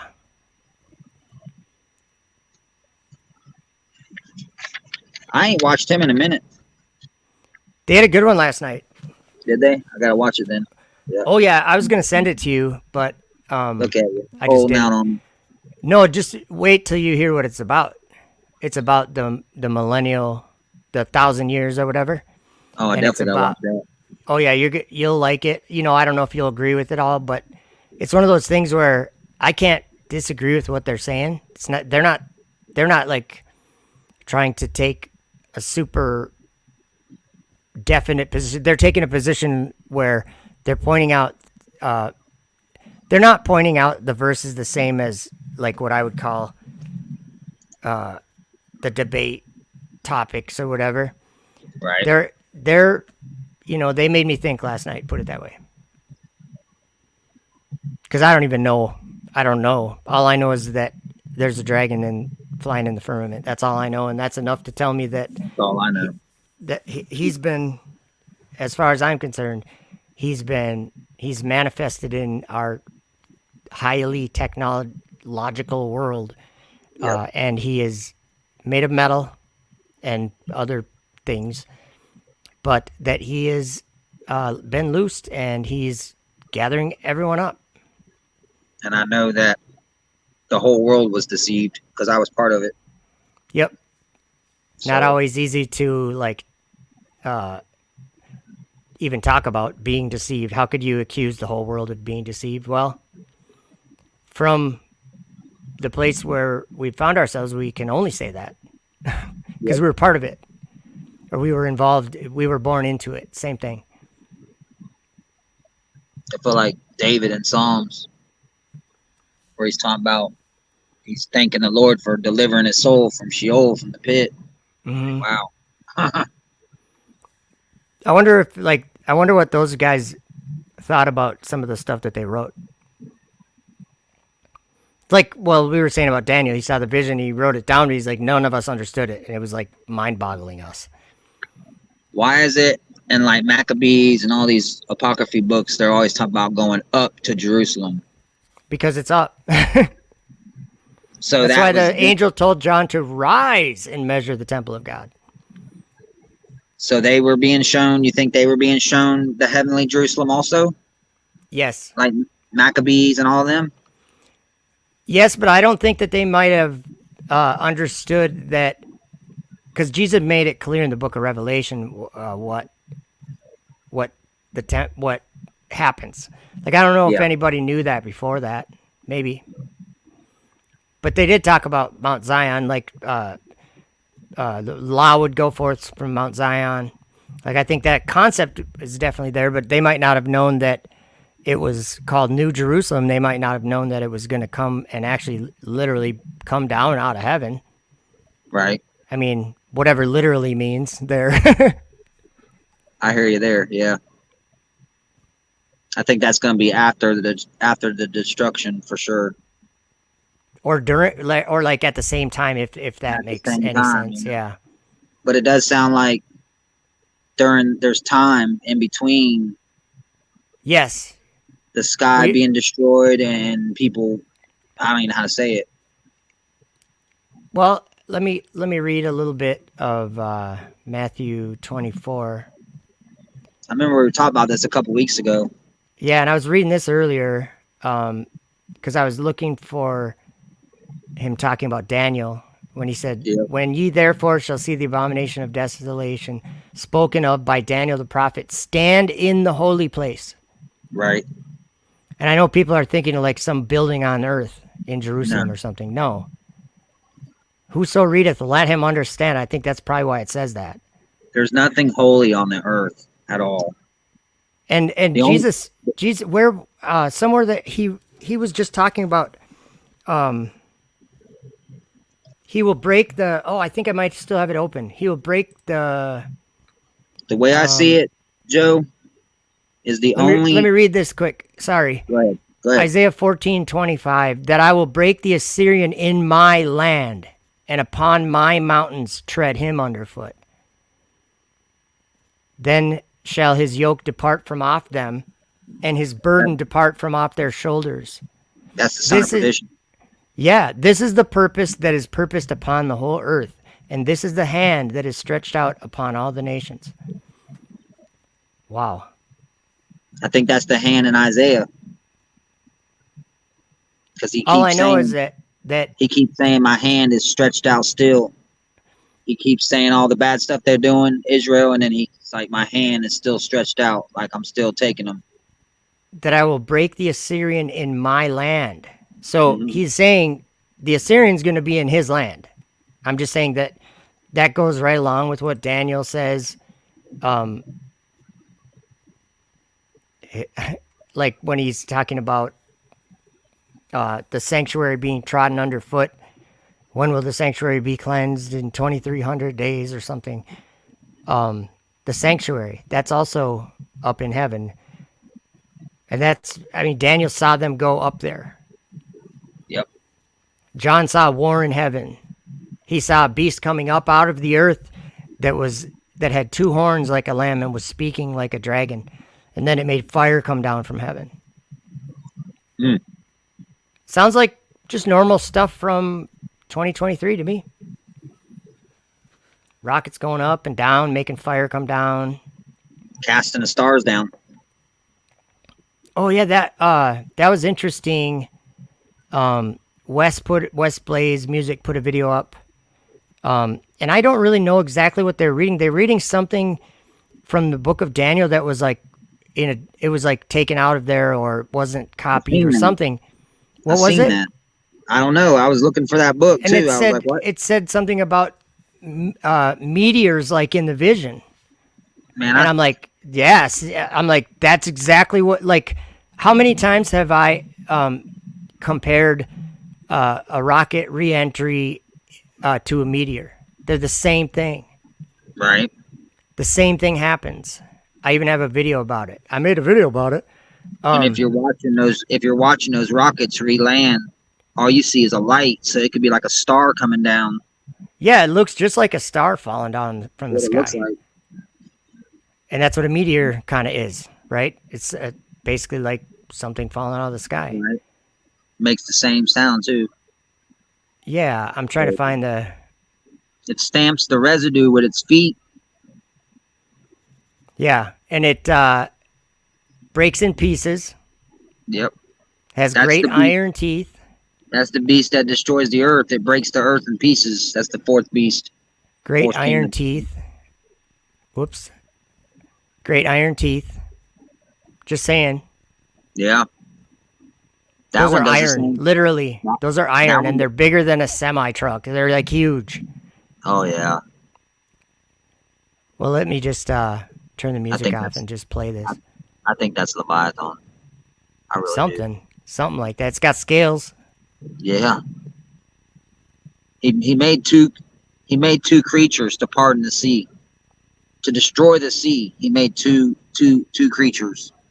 Leviathan and Behemoth, right? Behemoth, yep. And they were like, one was on land and one was in the sea or something. Yep. And in Job it says that who can draw them out with a hook? Leviathan. That thing's hanging from a hook. But yeah, those big teeth right there, those grid fins. Right. Yeah.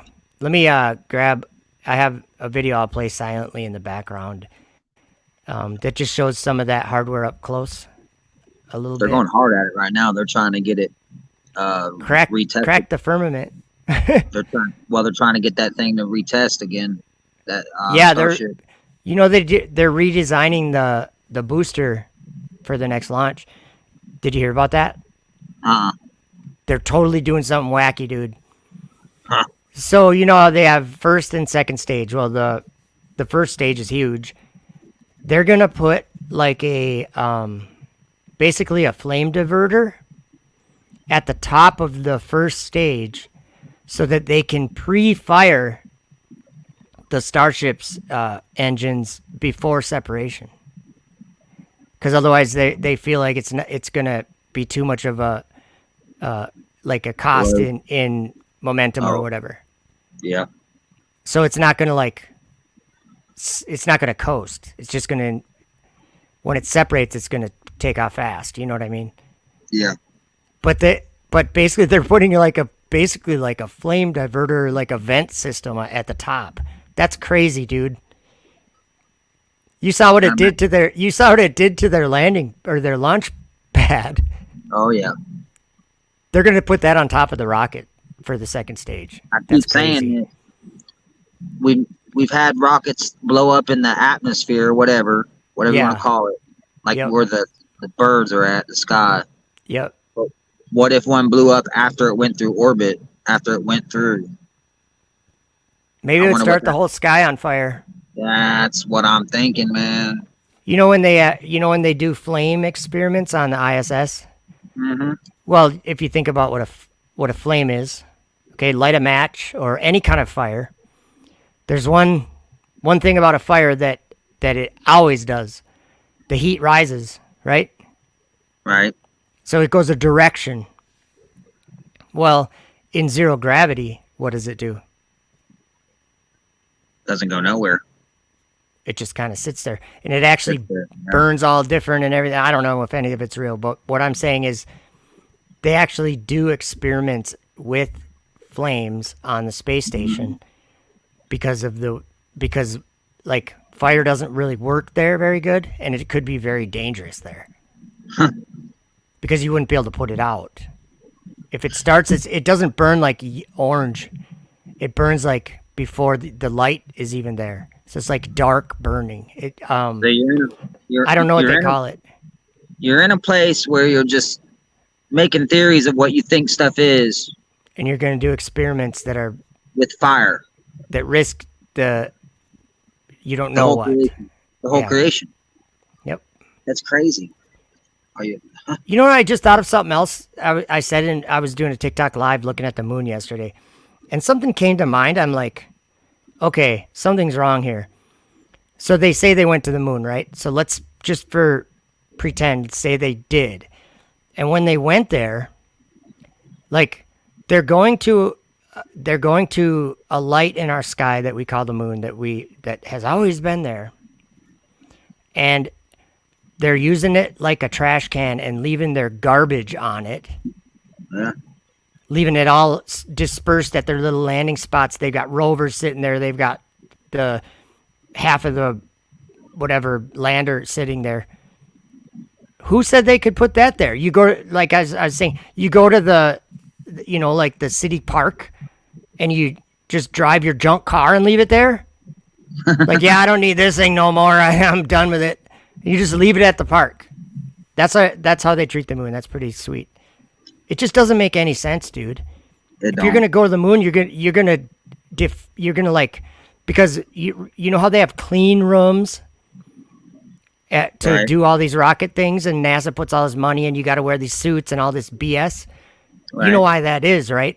That's so that the rocket doesn't have any bacteria from a human or from Earth on it, because you wouldn't want to introduce that into another another world. Mm. Well, let me tell you, they had no problem doing that on the moon. They just left their crap there. Makes no sense, guys. Don't. No. They If you're pollute going to my land on the senses. moon, you better clean it up and bring everything back with yourself.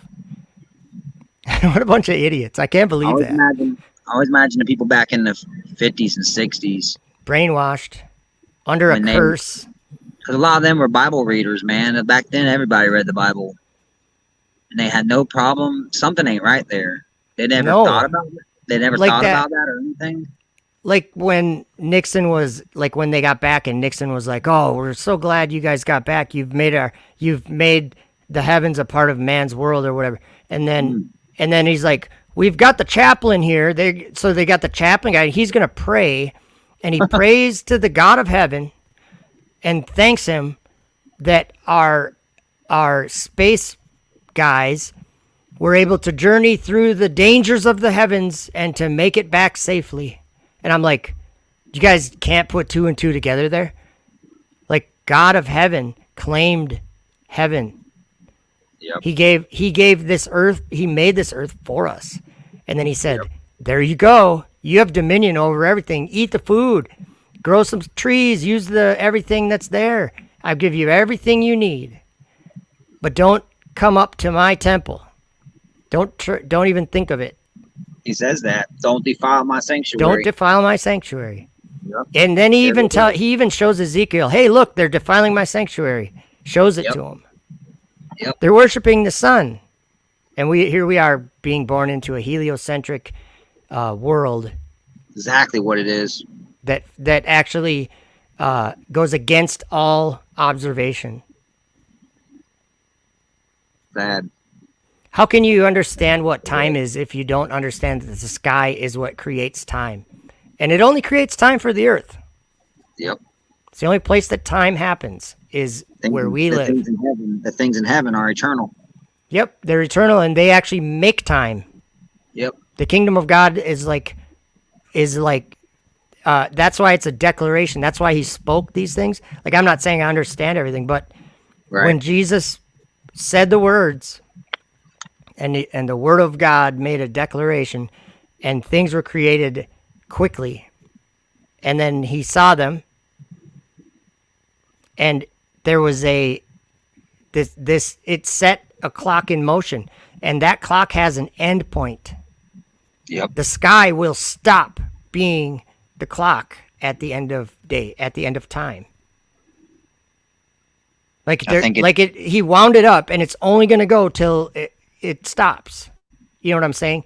It's already been spoken, and so like if we can picture it that way, I don't know. I think it can give you a different outlook on what life's about. I think it's going to stop when they destroy that, when they catch that on fire up there. Yeah, I think you're right. I totally think you're right. Because it says in Joel that where's it at right here? That the host of heaven are dissolved. And yeah, and few men left. Is that what you're talking about, or something else? No, right here. A fire devoured before them, and behind them a flame burneth. The land is as the Garden of Eden before them, and behind them a desolate wilderness. Yea, nothing shall escape them. Just it right here. Somewhere in here it says that the host of heaven are going to be dissolved. This is chapter 2. Let's see here. I think it's in Joel. What's on your screen is pure wickedness. The fiery darts of the devil. That's it. Yep. Look at that thing. Look at that thing. Jesus Christ. It's huge. You ain't lying. Look at that. That's crazy. That's just a booster too, you know, like. And it didn't go very fast. No, they got a lot of work to do, dude. Yeah.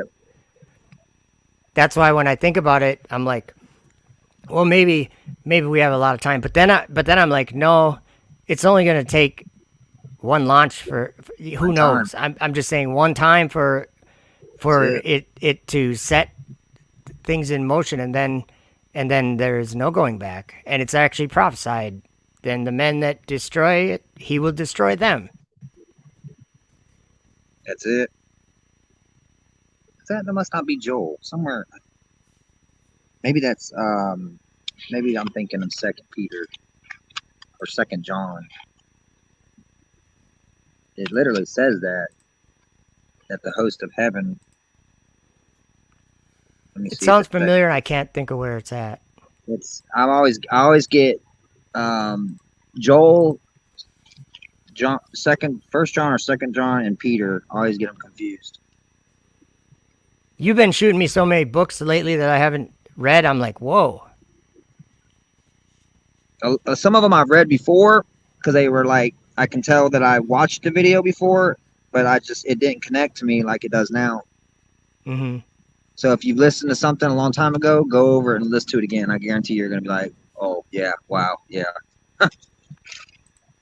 Oh, you know what? We got to listen to what Elon Musk says that Go for this it, is man. I'm what gonna listen to it. his big deal is, what he wants to do. To a city on Mars.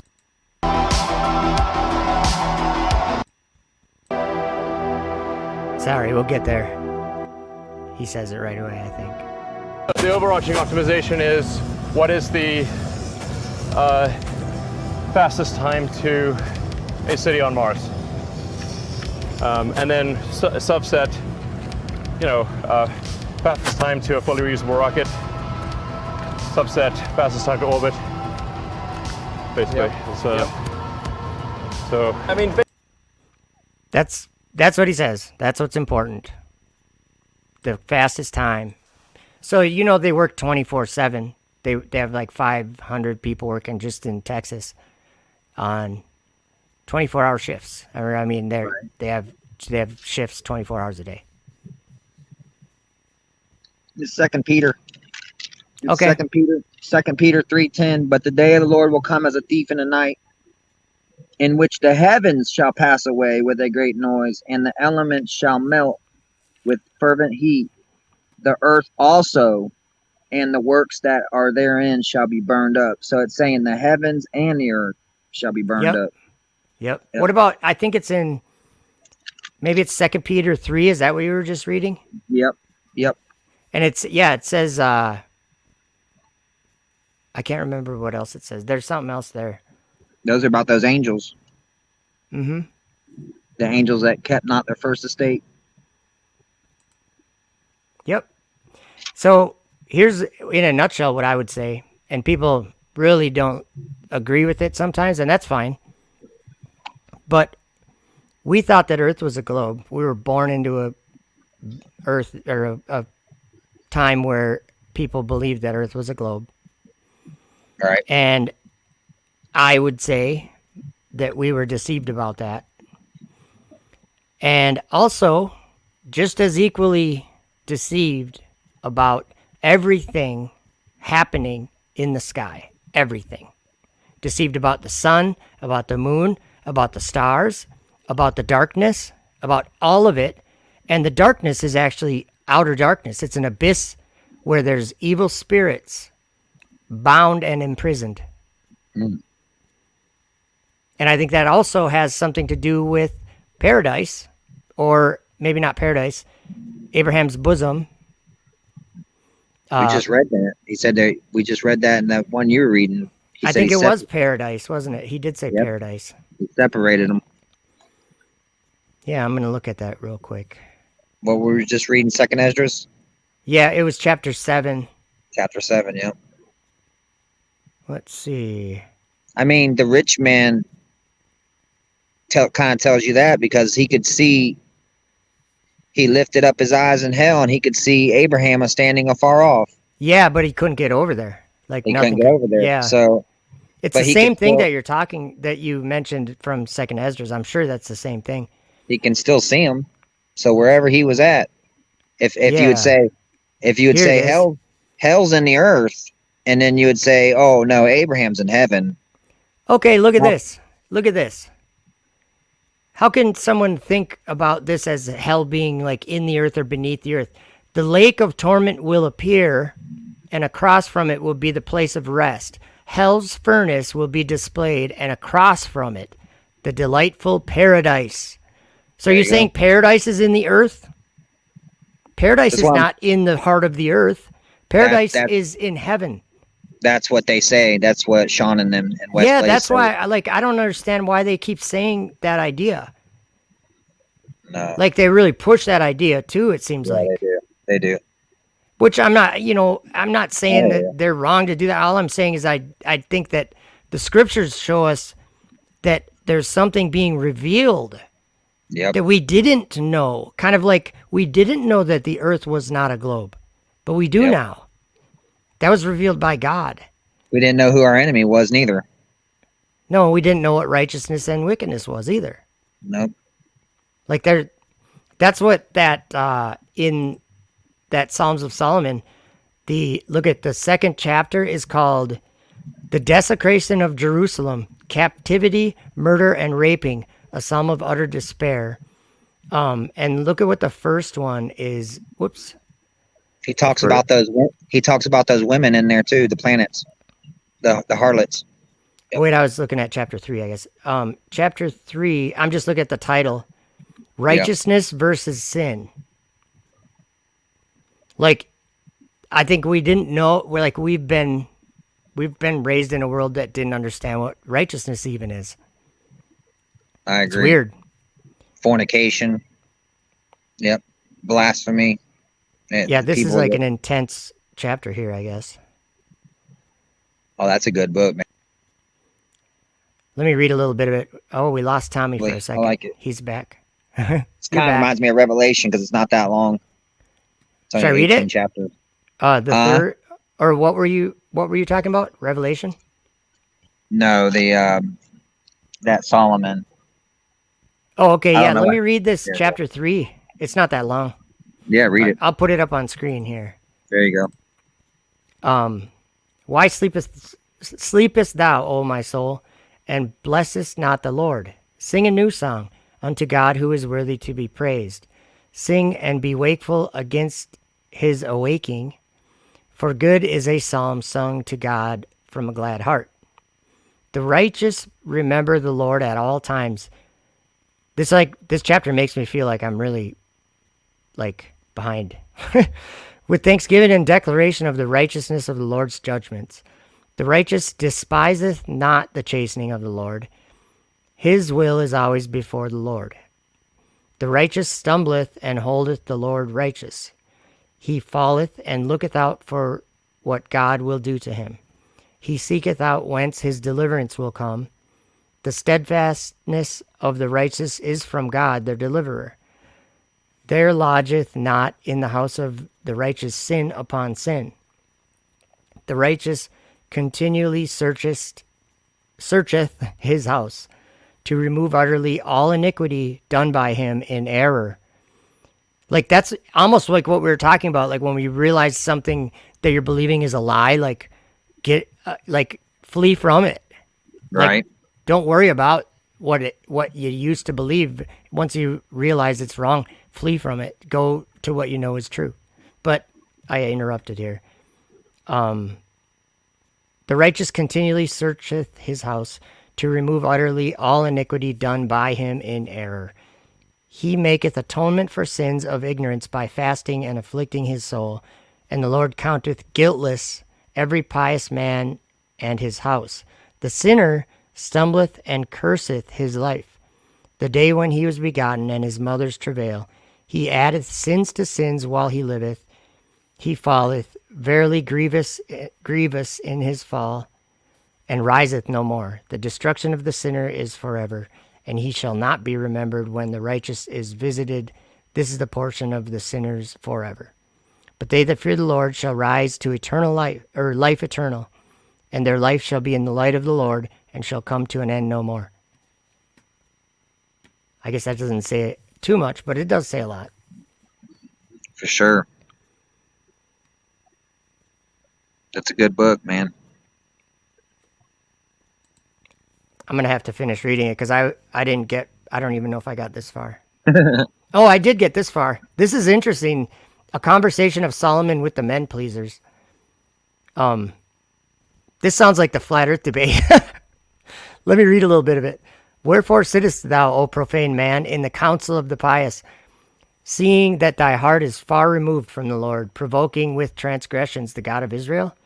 Extravagant in speech, extravagant in outward, seeming beyond all men. Is he that is severe of speech in condemning sinners in judgment?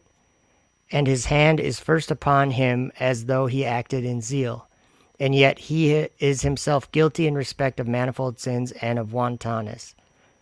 His eyes are upon every woman without distinction. His tongue lieth when he maketh a contract with an oath. By night and in secret he sinneth as though unseen. With his eyes he talketh to every woman of evil compacts. He is swift to enter every house with cheerfulness as though guileless. Let God remove those that live in hypocrisy in the company of the pious. Even the life of such an one with corruption of his flesh and penury. Let God reveal the deeds of the men-pleasers, the deeds of such an one with laughter and derision, that the pious may count righteous the judgment of their God, when sinners are removed from before the righteous. Even the man-pleaser who uttereth law guilefully. And their eyes are fixed upon any man's house that is still secure, that they may, like the serpent, destroy the wisdom of with the words of transgressors. His words are deceitful, that he may accomplish his wicked desire. Oh, that's weird. I don't know if you caught Globebusters at all. Jaren was pointing out MC Toon's, one of his, like, Horizon experiments where he, I don't know if you've seen it, where he, like, shrinks the image down left to right, like, compresses it. Yep. And it's like, it makes, like, some of the image curved. Well, it does that. Curved, that's, like, any image does that. It'll make it, like, about that. Yeah, and that just totally reminds me of that. Let me read what this just said. And their eyes are fixed upon any man's house that is still secure, that they may, like the serpent, destroy the wisdom of, with words of transgressors. His words are deceitful, that he may accomplish his wicked desire. So, like, he showed, I could probably go there and find it.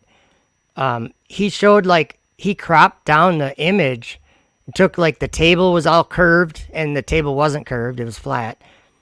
But he took all that out of the image and just showed, like, the water line that was curved up. But if you look at the whole image, the whole thing is full of, like, curves. Everything's, like, curved down or up. Not just the water. So it's like it's just a horribly sad deception. It's a deception. Sounds like the Fish Islands from, like, there was one and they did in a jet where the guy ain't even took off yet, and you look in the back and you can see the curvature of the earth. Oh yeah. Yeah. And the whole point of it was to go high enough to show the curvature, right? Yeah. Exactly. Yeah. And so it's beautiful up here with this curvature. Oh wow, I wish you could see it. Crazy. Let me keep there's reading. Some, I tell you, man, there's some that you almost feel as if they're, like, meant to, I don't know, like they don't want to see the truth, and they fight like almost to cover it up, even if they have to lie. And like someone's brought it up before, I don't know who, but maybe Jaren talks about a lot, but he was maybe saying how like a pilot, or I don't remember who was saying, someone was, maybe Bobby Thompson, I'm not sure. But they were saying how, like, a pilot, I think it was Bobby, like one of his friends from Facebook, maybe it was a pilot, but maybe it was some other thing, but he kind of, like, basically lied about curvature or something, and Bobby's like, well, that's not true or whatever. But he was saying, I think it was Bobby, was pointing out, like, well, what if, like, he's so sure that it's a globe that, you know, if he's got to lie for the sake of getting Bobby to not go crazy anymore, then it would be worth it. And it's like, I think I remember that. Yeah, it's like, I can see people totally do that all the time. Like, oh, I know better than you, so no, actually, I'm in the military and I got classified info that if you only knew it, it would prove to you that it was a globe. Yeah. But I can't, you know, divulge that information. It's top secret. Well, I'm just saying, people do that all the time. Oh yeah. Yep. So it's like they're not thinking of it as a lie. They're thinking of it as, well, I can tell him this and get him off his crazy, you know. Excuse me. Deterring him from the path. Well, to them it might seem righteous, you know. You're like, well, you're lying. And you're saying something that ain't even true anyway. But that's right. A lie's a lie. Continue. Okay, you know what? I'm losing my voice. So. Are you? Yeah, I'm getting. What else did you want to I think you had some more that you were thinking about. Yeah, I had some written down, but I can't remember what I had in my brain. It's getting kind of been a long day. You know what I did think of though? I did think What's of that? like if you're driving, during your week and you've got like an evening halfway through the week or something, we could continue it. You know what I'm saying? Because the two For hours sure. right now, it seems to go so fast. Yeah, it does. I know we can talk about a lot, but it always seems like there's more stuff to talk about. So I don't know if you want to do it during the middle of the week or something, some evening or whatever works for your schedule. Mine's flexible, so I got you. if you want, Yeah, I'm up for it. for sure. And actually, I'm still one I'm thing I was still gonna looking do, for more books. yeah, one thing I was gonna do too is remember we still haven't had Tony on with us. We got to have Yep. Tony soon. I saw him in the chat earlier, but yeah, we got to have him come on, and I told him he's got to keep us in line, right? Because I always joke around like Tony's some old man. He's not. But he's older than me. Right. So I always say I like to listen to what Tony says because he does say a lot of things that I learn from. You know what I'm saying? Yeah. And a lot of I always, things that I don't learn from. No, I'm kidding. I always enjoy his morning conversations for sure. Yep, I'm there a lot more than I'm in the chat. I hear you. A lot of times it's so early that I go back to sleep, or I just listen till I fall back asleep, and then I'm like, Yeah. I wake up and it's like sitting on the stream still with the live chat, and it's like 1. The number is 1. And I'm like, oh, that's me. I'm still there. It's still there. Yep. Oh man, there's so much. I know I feel in my heart that there's still more. Like there's more books. There's more scripture. I know there is. I just trying to There's a find them. lot of books, I know that, because There is. just from Second Esdras chapter 14, I mean, it says there was he wrote like 9. He rewrote the scriptures, and like it was a supernatural act. It was like God put His Spirit in his mouth, and then he had scribes writing down what he was saying, and he spoke all day, and the scribes wrote they wrote all day, and then they ate their bread at night or something like that. But for 40 days they were out there doing that, and they made 94 books. And then Ezra was told to, I don't know the numbers exactly, but something like give 24 books or something to everyone or whatever, but hide or conceal like 70 of the books. I'm wondering what those and would it be was, called. well, it was for it. Let me go there real quick. You got me interested now. It was for the. It said something like wise people. I can't remember what it said. We'll look right now. I wonder if If those. you think about that, if there's 94 books, I'm just saying, just that Ezra wrote. There's still other books. Yeah. Let's It see says right here. there. It says right there in that Psalms of Solomon at the end there. I don't know if your PDF says it, but mine does. It says it's like 4,000 something hundred Psalms. Oh, really? Yeah, it says a bunch. Okay, here's what he said. My mouth was opened and wasn't shut anymore. The Most High, moreover, gave understanding to the 5 men, and they wrote in turns what was dictated in characters that they didn't know. So they were writing in something they didn't know. So it was like a supernatural miracle that God performed so that we would have all this scripture. But he said, let's see. They wrote by day, sorry, I skipped a little bit. And they sat for 40 days. They wrote by day, but by night they ate bread. However, I spoke by day and wasn't silent by night. So he just kept talking the whole time. But Wow. it says 94 scrolls were written in the 40 days. Then when the 40 days were completed, the Most High said to me, make public the ones you wrote first, so that the worthy and unworthy may read them. But keep the last 70, so that you may transmit them to the wise among your people. In these, are the fountains of understanding, the source of wisdom, and the river of knowledge, and so I did. Whoa.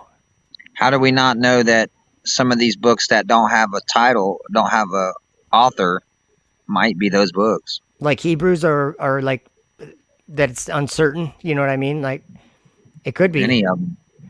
But Just because they're named. in these are the fountains of understanding, like fountains of understanding. That's pretty cool. What if he was writing something that someone else had seen, but God showed him that someone else seen it, and it, like, let's say it says something like the writings are about such and such, Solomon, whatever, but he wrote what Solomon was shown, or whoever was shown. Yeah, like if Jesus came to him and told him to write it, maybe. Yeah. Who knows? Or if Ezra did, yeah. Because when you're reading something and it's about Ezekiel or whoever, you're thinking that person wrote it. Yeah, I mean that would I guess that would be the assumption. Yeah, totally. Yeah. But what if it's Chantel not? says I'm reading the first book of Adam and Eve. It is an awesome book. I just got to say that lately that's been one of my favorite books. It's given me understanding about Jesus being crucified, and that's something that I'm always trying to understand. And I'm just being like upfront and honest. I don't understand some of the things I want to understand about Right. about all of that, about his crucifixion, why he did it, him descending to hell, breaking the bars of brass and the kingdoms of iron. Like, what's that all talking about? I think that hell was removed from the earth. There is no hell in the heart of the earth anymore. I'm with That's you there. something I'm learning from the book of Adam and Eve, and that's wild. But it actually, Matthew 27, it says the same thing. I mean, it's amazing stuff. So I'm always wanting to learn more about like the way that it works. You know what I'm saying? Like, I don't understand the way that God, everything, you know what I'm saying? For sure. But I think I we're just take learning. I take it as it comes. Yeah. For sure. Oh, yeah. Be open to like when we do, like, what were we just reading where it was in Second Esdras in chapter 7 where it was talking about hell being straight across from paradise. Yep. How can, like, I didn't realize that till right now and we just read it. I did not know that it said that in there. So right across from hell is paradise. So is hell in the heart of the earth? Most certainly not. Is paradise in the heart of the earth? No. Paradise is like in heaven. So, You would think. well, I'm pretty sure it is. Mhm. And like Jesus told the one thief on the cross that was like repentant, he said, you will be with me in paradise. Exactly. So we know that Jesus didn't stay in the heart of the earth. No. He went up to the clouds. He went up to heaven. Paradise is up there. He ascended. So I think we're learning about the solar system in all of this. I think Right. it's hell. It's hell. It is. So just like the globe and the flat earth, heaven and hell, and that why do you think Paul wrote, we struggle not against flesh and blood, but against the powers and principalities and the rulers of the darkness of this world, spiritual wickedness in high places in the heavenly realm? Yep. Spirits in the sky. That's where people are defeated. And there happen to be planets up there. Wow. The Ascension of Isaiah says that he saw Satan and his angels fighting inside the In firmament. the firmament, yep. Yep. And there was great trouble in the firmament. Like, same thing with the vision of St. Paul. He looked back on the firmament, and in the same place he saw oblivion, which deceives, Yep. and a bunch of evil spirits. Draws down the hearts of men. Yes, that draw down to themselves the hearts of men. I'm like thinking, the planets aren't places, they're spirits. They're angelic, evil angels. They're taking their form so that we think they're places. Right. And we're onto them. We're onto them, Thomas. We got them. Oh, yeah. Definitely know who got the 'em. enemy is. We got Yeah. them. I'm just kidding. But yeah, I'm going to say that we're probably going to cut it off here. My voice is just about gone. Yeah. I'm getting tired anyway. But yeah, appreciate everyone that came, and of course, Thomas. Every time that we have a conversation, I feel like I learn a lot, Always something new. Me too, man. and also I do appreciate, you know, obviously you drove 600 miles today, so I appreciate that too. Oh, you're good. Um, I ain't that tired. I guess if you do it every day or whatever, that's Yeah, you get used quite to the it. pace to set. I'll tell you what, because if you told me I had to drive 600 miles tomorrow, I'd be like, I better get to bed. That's a long day, man. Especially when you're driving an 18-wheeler. That's It a was only long 10. day. It was only 10.5 hours total, so it It's a wasn't too long bad. day, man. Is No, 14 is long. you're driving 10 plus hours. I'll tell you what's long. This is what's long right here. All right. You start at like 4 in the morning. You drive to a customer, get unloaded. Maybe you're there 2 hours. Then you drive to another place and you sit there for like 8 hours Oh man. or 10 hours to get loaded or unloaded, just depends. And then you have to drive another 8 just to make money. Ugh, You see what I'm saying? yeah, that's hard, man. So you end up working like almost 24 hours. And you got to deal with crazies on the road, dude. oh my Crazies God, in yeah. little hot rod cars zipping around you, zooming, trying to cut you off, slamming their brakes in front of you. going down a hill loaded, and they jump right out in front of you and start tapping their brakes. I'm like, why And are you're you like, doing that? you're like, you might be making a big mistake You because you can only stop so fast. You gotta protect. You gotta You got to stay back. Yeah. you gotta know what they're doing before they do it. Yep. That's it. Yep. That's what's Yeah, I kept me always feel safe. bad. I always feel bad for truck drivers because they. Oh, I like, don't. You got to be patient to be a truck driver, dude. I said, oh, I don't. I don't feel bad for them. Yeah, right. They shoot a lot of the truckers. They shoot themselves in the foot, but they're all against each other, man. No one's. Oh, the other day I was at Love's, Memphis, I think it was. Mm-hmm. And there was this Spanish guy. He looked tired. He had a big tractor, and he was backing into this spot. There was only one spot left, and he was about to just take out this hood of this truck. Oh. And nobody's in their truck, just sitting there watching them. Nobody's saying anything to him. I blew the air horn, and he kind of looked at me, and I blew it again. He looked at me, and I jumped out, and I Did he ran. stop? I was actually you saved it? Oh yeah. Oh, good. Yeah, I was like, man, you about to hit that truck, man. He's like, did I hit it? I was like, no, you're close. He got out. And He's you're like, oh my there's God. five or 10 trucks between you and him that should honk their horn first. You know, Yeah, like and everybody's just standing you're there like the looking guy at way him. off, and you're like, hey, someone It's get. retarded. Oh, that's I see sad. that. I see that all the time, man. Yeah. They're just not looking out for each other, No, basically. No, they're all against each other. Seems like. And so you're kind of They like just stay out of like. Yeah, they want you to fail. It's like, oh, if he loses his license, more loads for me. Oh man, no, I get Yeah. it, but I didn't really ever think of it that way. Oh, it's I always think bad, of it man. Dukes of Hazzard style. You know, you're like, bud, hey, It used to be. yeah, used to be like I that. bet, Yeah, like it buds ain't with each anymore. other and looking out.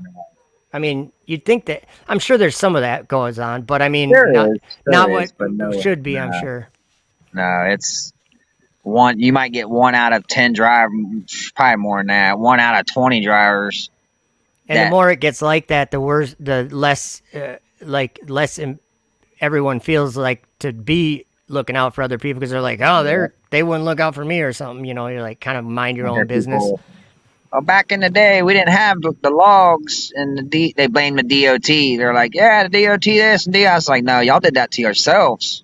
The way Well, y'all I'll blame running. the DOT too. I'm just kidding. I mean, yeah, the DOT, it is what it is. But when you're running 3 log books and you ain't slept in 4 days and you're running back and forth across the country, that's your own fault when you fall Yeah, asleep you at the shouldn't- wheel Yeah, and you kill shouldn't be doing somebody. that. Yeah. Yeah. And then they want to blame the cops for it. It ain't the cops' fault. It's y'all's fault.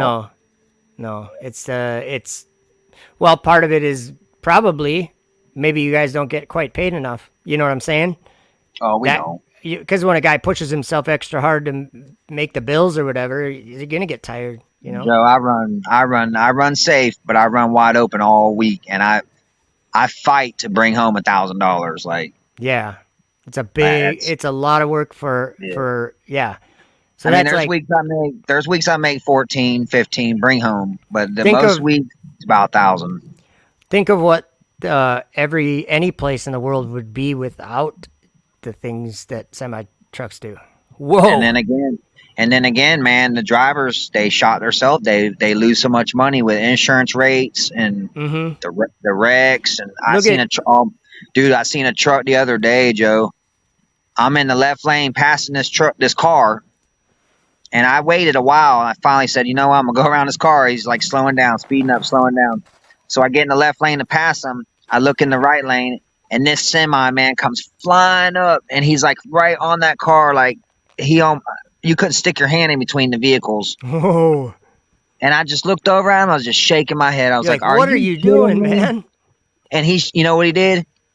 He was just smiling. He was just smiling and laughing like nothing was going on. Man. I was like, wow. See, something like that, man. If I was a DOT, right, that your license would be I probably wouldn't suspend them forever, but you would get a suspension 30 days. Yeah, because you're driving irresponsibly or whatever. Yeah, you're putting people's lives online for sure. Yep. Yeah, because people get killed by semi accidents all the time. Man, if that car would have just tapped her brakes, that car had been done. And it was a small car too. It was like a little Corolla. It was small. They get crumpled up into nothing when there's a big truck in the way. She probably would have been gone, like literally gone. That been it. Did you hear about the bus in Canada? With a fire? Yeah, well, I guess they're saying that it pulled out in front of that truck and it killed like 15 people. I might be wrong on that. Yeah, there was a bunch. I heard about it. I didn't really look into it, but yeah, there was it was a fire. It started on fire, right? Yeah, it hit it and then it blew up or something. Yeah. 15 people or something. I think maybe. Yeah, I don't know. I think it said 15. That's messed up. All like fixing I think they already graduated. They were going to a casino. Oh man. Or some like graduation party or something. So they're young. But they said the bus pulled out right out in front of the semi had a camera on it. And so the bus driver. I tell you, man, I don't care if you're in a car, have a camera. You got to have a camera these days on any vehicle. Yeah, I know. And when it's hot out, take the camera out because otherwise it won't work very long. Right. I made that mistake. Yeah, I had mine up where I didn't think it would get that hot, but it did. So I gotta get the one we got. That one we got there in our trucks, they don't melt. No, they're probably. I don't know, they're at least $1,000, probably more. Yeah, they're probably really nice. And they run like if your truck's on, it's recording, right? Well, it's recording, but you don't have to like hit record every time, do you? There's a button you can press, like you can reach your hand out and hit it if something's about to happen. Okay. But it goes on a gyroscope, so as long as nice. If there's quick, fast motion, either whatever, forward, backwards. Does that automatically compensate for the curvature of the Earth? Dude, my gyroscope, my fuel saver on my dash proves that I drive on stationary ground for at least 6-7 hours. Yeah, in some states, totally. Because when you go uphill, it burns more fuel. When you go downhill, you're saving fuel. Dude, let's talk about that next time. No, I'm serious. That's like a flat Earth proof. If you're burning whatever gas your truck, you find that your truck burns when you're just on level ground, you could because of how technical and accurate these kinds of things are these days. It can know exactly how much fuel you're burning at exactly what speed you're going and exactly how much fuel you're saving if you're rolling downhill, and like that's a good one to talk about. I'd like to know more about that. I drive. Sometimes I kind of keep up with it, and I drive like, let's see, Indiana. Sometimes like around Indianapolis, it's pretty level.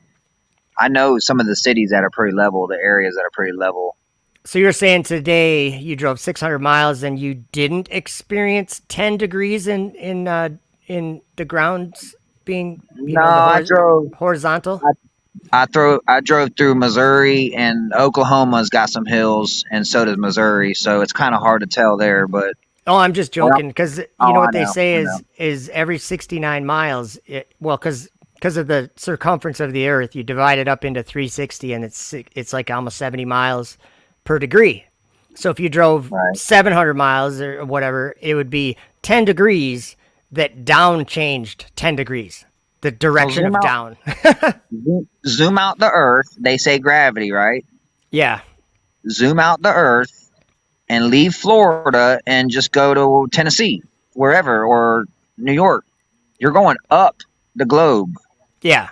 And then you're going like halfway, you're at the top, and then you're going another way halfway down. No, you'd have to go all the way up to past Canada before you would start to go down the other leveling side. out. And then you get to the North Pole and you'd be flat. And then, well, what I'm saying is, if you look at it logically, like they say, because they say gravity, Yeah. that's their big thing. So you're upside down and all that stuff. Yeah, you'd have to travel the whole country. You'd be going uphill from Florida, wherever you're going north. And if I went down to Florida, I'd be going downhill the whole way. You'd be going downhill all the way. Ridiculous. Why Why do people still believe this? Stop. Science. Please. Yeah, Science. science falsely so called. That's it. Romans. Yep. Exactly. When it comes to actual reality, it's flat and stationary beyond any shadow of a doubt. Man, it's at rest. that's The ground's at rest. driving truck, Joe, that was what really. It took me 3 days. I just drove around. I told myself, I prayed to God that third day, and I was like, if there's something you need to show me, I'm not patient. Show me now. Like, let me And have that just it. so happened to be around the time that you saw that crazy rocket plume. Sometime was around after- then. Yeah. That was right after that. Yeah. But That was then that- like I think it was the 2014, same year. 15, something like that. It was the same year. Yeah. Yep. And isn't that weird? You see a sign in heaven and all of a sudden your heart's open to hearing something different. Dude, and I was studying planet. I mean, I was stuck on Mars for like. You're the 5 Mars years. guy, yeah. Stuck on it. Telling everybody how the temperature was on Mars that day. Here's the Mars forecast for today. And, you know, Joe, it's like I try to show people whatever I can show them as far as what's going on here spiritually, Yep. because I do. But you know, it doesn't matter what people say to me. I know in my heart that it's happening. That's what Let's it put it says in that way. Isaiah, that you will know that I am God. Yeah, it's happening. It's happening. Yeah, leave it at that. What the prophets wrote. Yep. People were like, "Well, you got faith in that?" I said, "No, I know. It ain't faith no more. It's I know." If there's anything objective, I've learned that it's what the prophet said. That's I the don't know thing it all. It's like we can all argue about it. Oh, that's dumb. But then when it comes to pass, I hope you believe in Jesus because he already told us all of it. Sure. Yeah, Like he already told us all of it. he's said the spirit. He's the spirit of prophecy. Yep. If you don't believe prophecy, you don't believe him. I would agree. The spirit That's of it. prophecy. Jesus Christ. I All love right, prophecy. man. We're That's gonna call my it. that's my go-to. There is prophecy is my favorite. You probably Me already too. know that. Like Yeah, I love we're kind of prophecy. into it.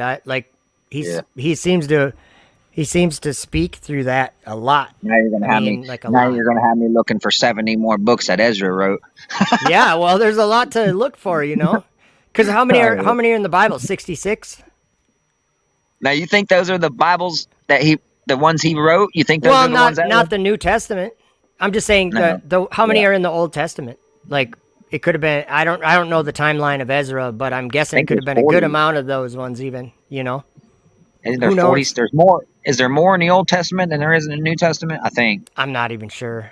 I've never Yeah, counted, but there is. I got the Bible open right now, and there's way more in the Old Testament. well, just remember, but keep the last 70 so that you may transmit them to the wise among your people. In these are Yeah. the fountains of understanding, the source of wisdom, and the river of knowledge. And so I did, Ezra says, and so I did. So he did, like, What it's he all going commanded. to plan. Like, people say that the scriptures are being changed. Fine. But it doesn't matter because the source of wisdom, the fountains of understanding, and the river of knowledge is found in a lot of these books. So there Yep. you go. Like Enoch's written for that righteous elect. Yep, for the generation that would be alive during the tribulation. Yep. And you notice people that go against the true creation, the true earth. I'll just say that. Most of the ones that go against the true earth, I noticed that, like they're still on the globe. Yeah. They hate this. They hate this book. oh, hate it. yeah, they don't like it. No. They They're actually, like, that's they say that's that- fallen angels. yeah. Like Yeah. MC Toon told me the book of Enoch was written 300 years ago, and I'm like, believe what you want, Okay, man. I don't care if it was written 3 days ago. The info in it came from old, like That's of right. old. It's like Yeah. it's heavenly information that I think it. could I not be think known it was by men. before. I think it was before Genesis was penned. I do. I think that Noah took a copy of it on the ark. On my word. Yeah. Yep. And I think maybe I've read that somewhere, or maybe not. But I think maybe I've read that somewhere that And he had copies of that. And why? What would it be so hard to say that it was put in a vessel and survived the flood, Probably was too. and then found later? Oh, who was that? That God told him. Who was that? I was reading that the other day. Listened to it the other day. He told him to take and put it in Euphrates. He put it in the river, like some spot. God told him to go take it to there. And Oh, I was, wow. yeah, I'll have to find that again. He made him write these things, and then he put it on scribes, and then he put it in these vessels, and he took it to this place. And I don't know if Wow. that's the Yeah. heaven. Find that. I don't know if that Send was me a the. text when you do. I don't know if that was the river in heaven, or if that was the river on earth. I don't know. It's probably the river on earth, Euphrates. Cool, Yeah, man. I hear- Well, have a safe week. For sure, bro. Drive safely. I'll hit you up, dude. Much love, everybody. Yeah, text me if you find that, because that sounds I will. like crazy. I'm sure I'll hear it sometime this week. All right, thank you guys all for hanging out, and share it, whatever. We'll maybe Wednesday or Thursday, Tuesday, who knows? Maybe we'll do. Yeah, we'll get continue together. it. Yeah, sounds good. Thank you, Thomas. Much love. See y'all. We'll see you, everyone. Have a good one.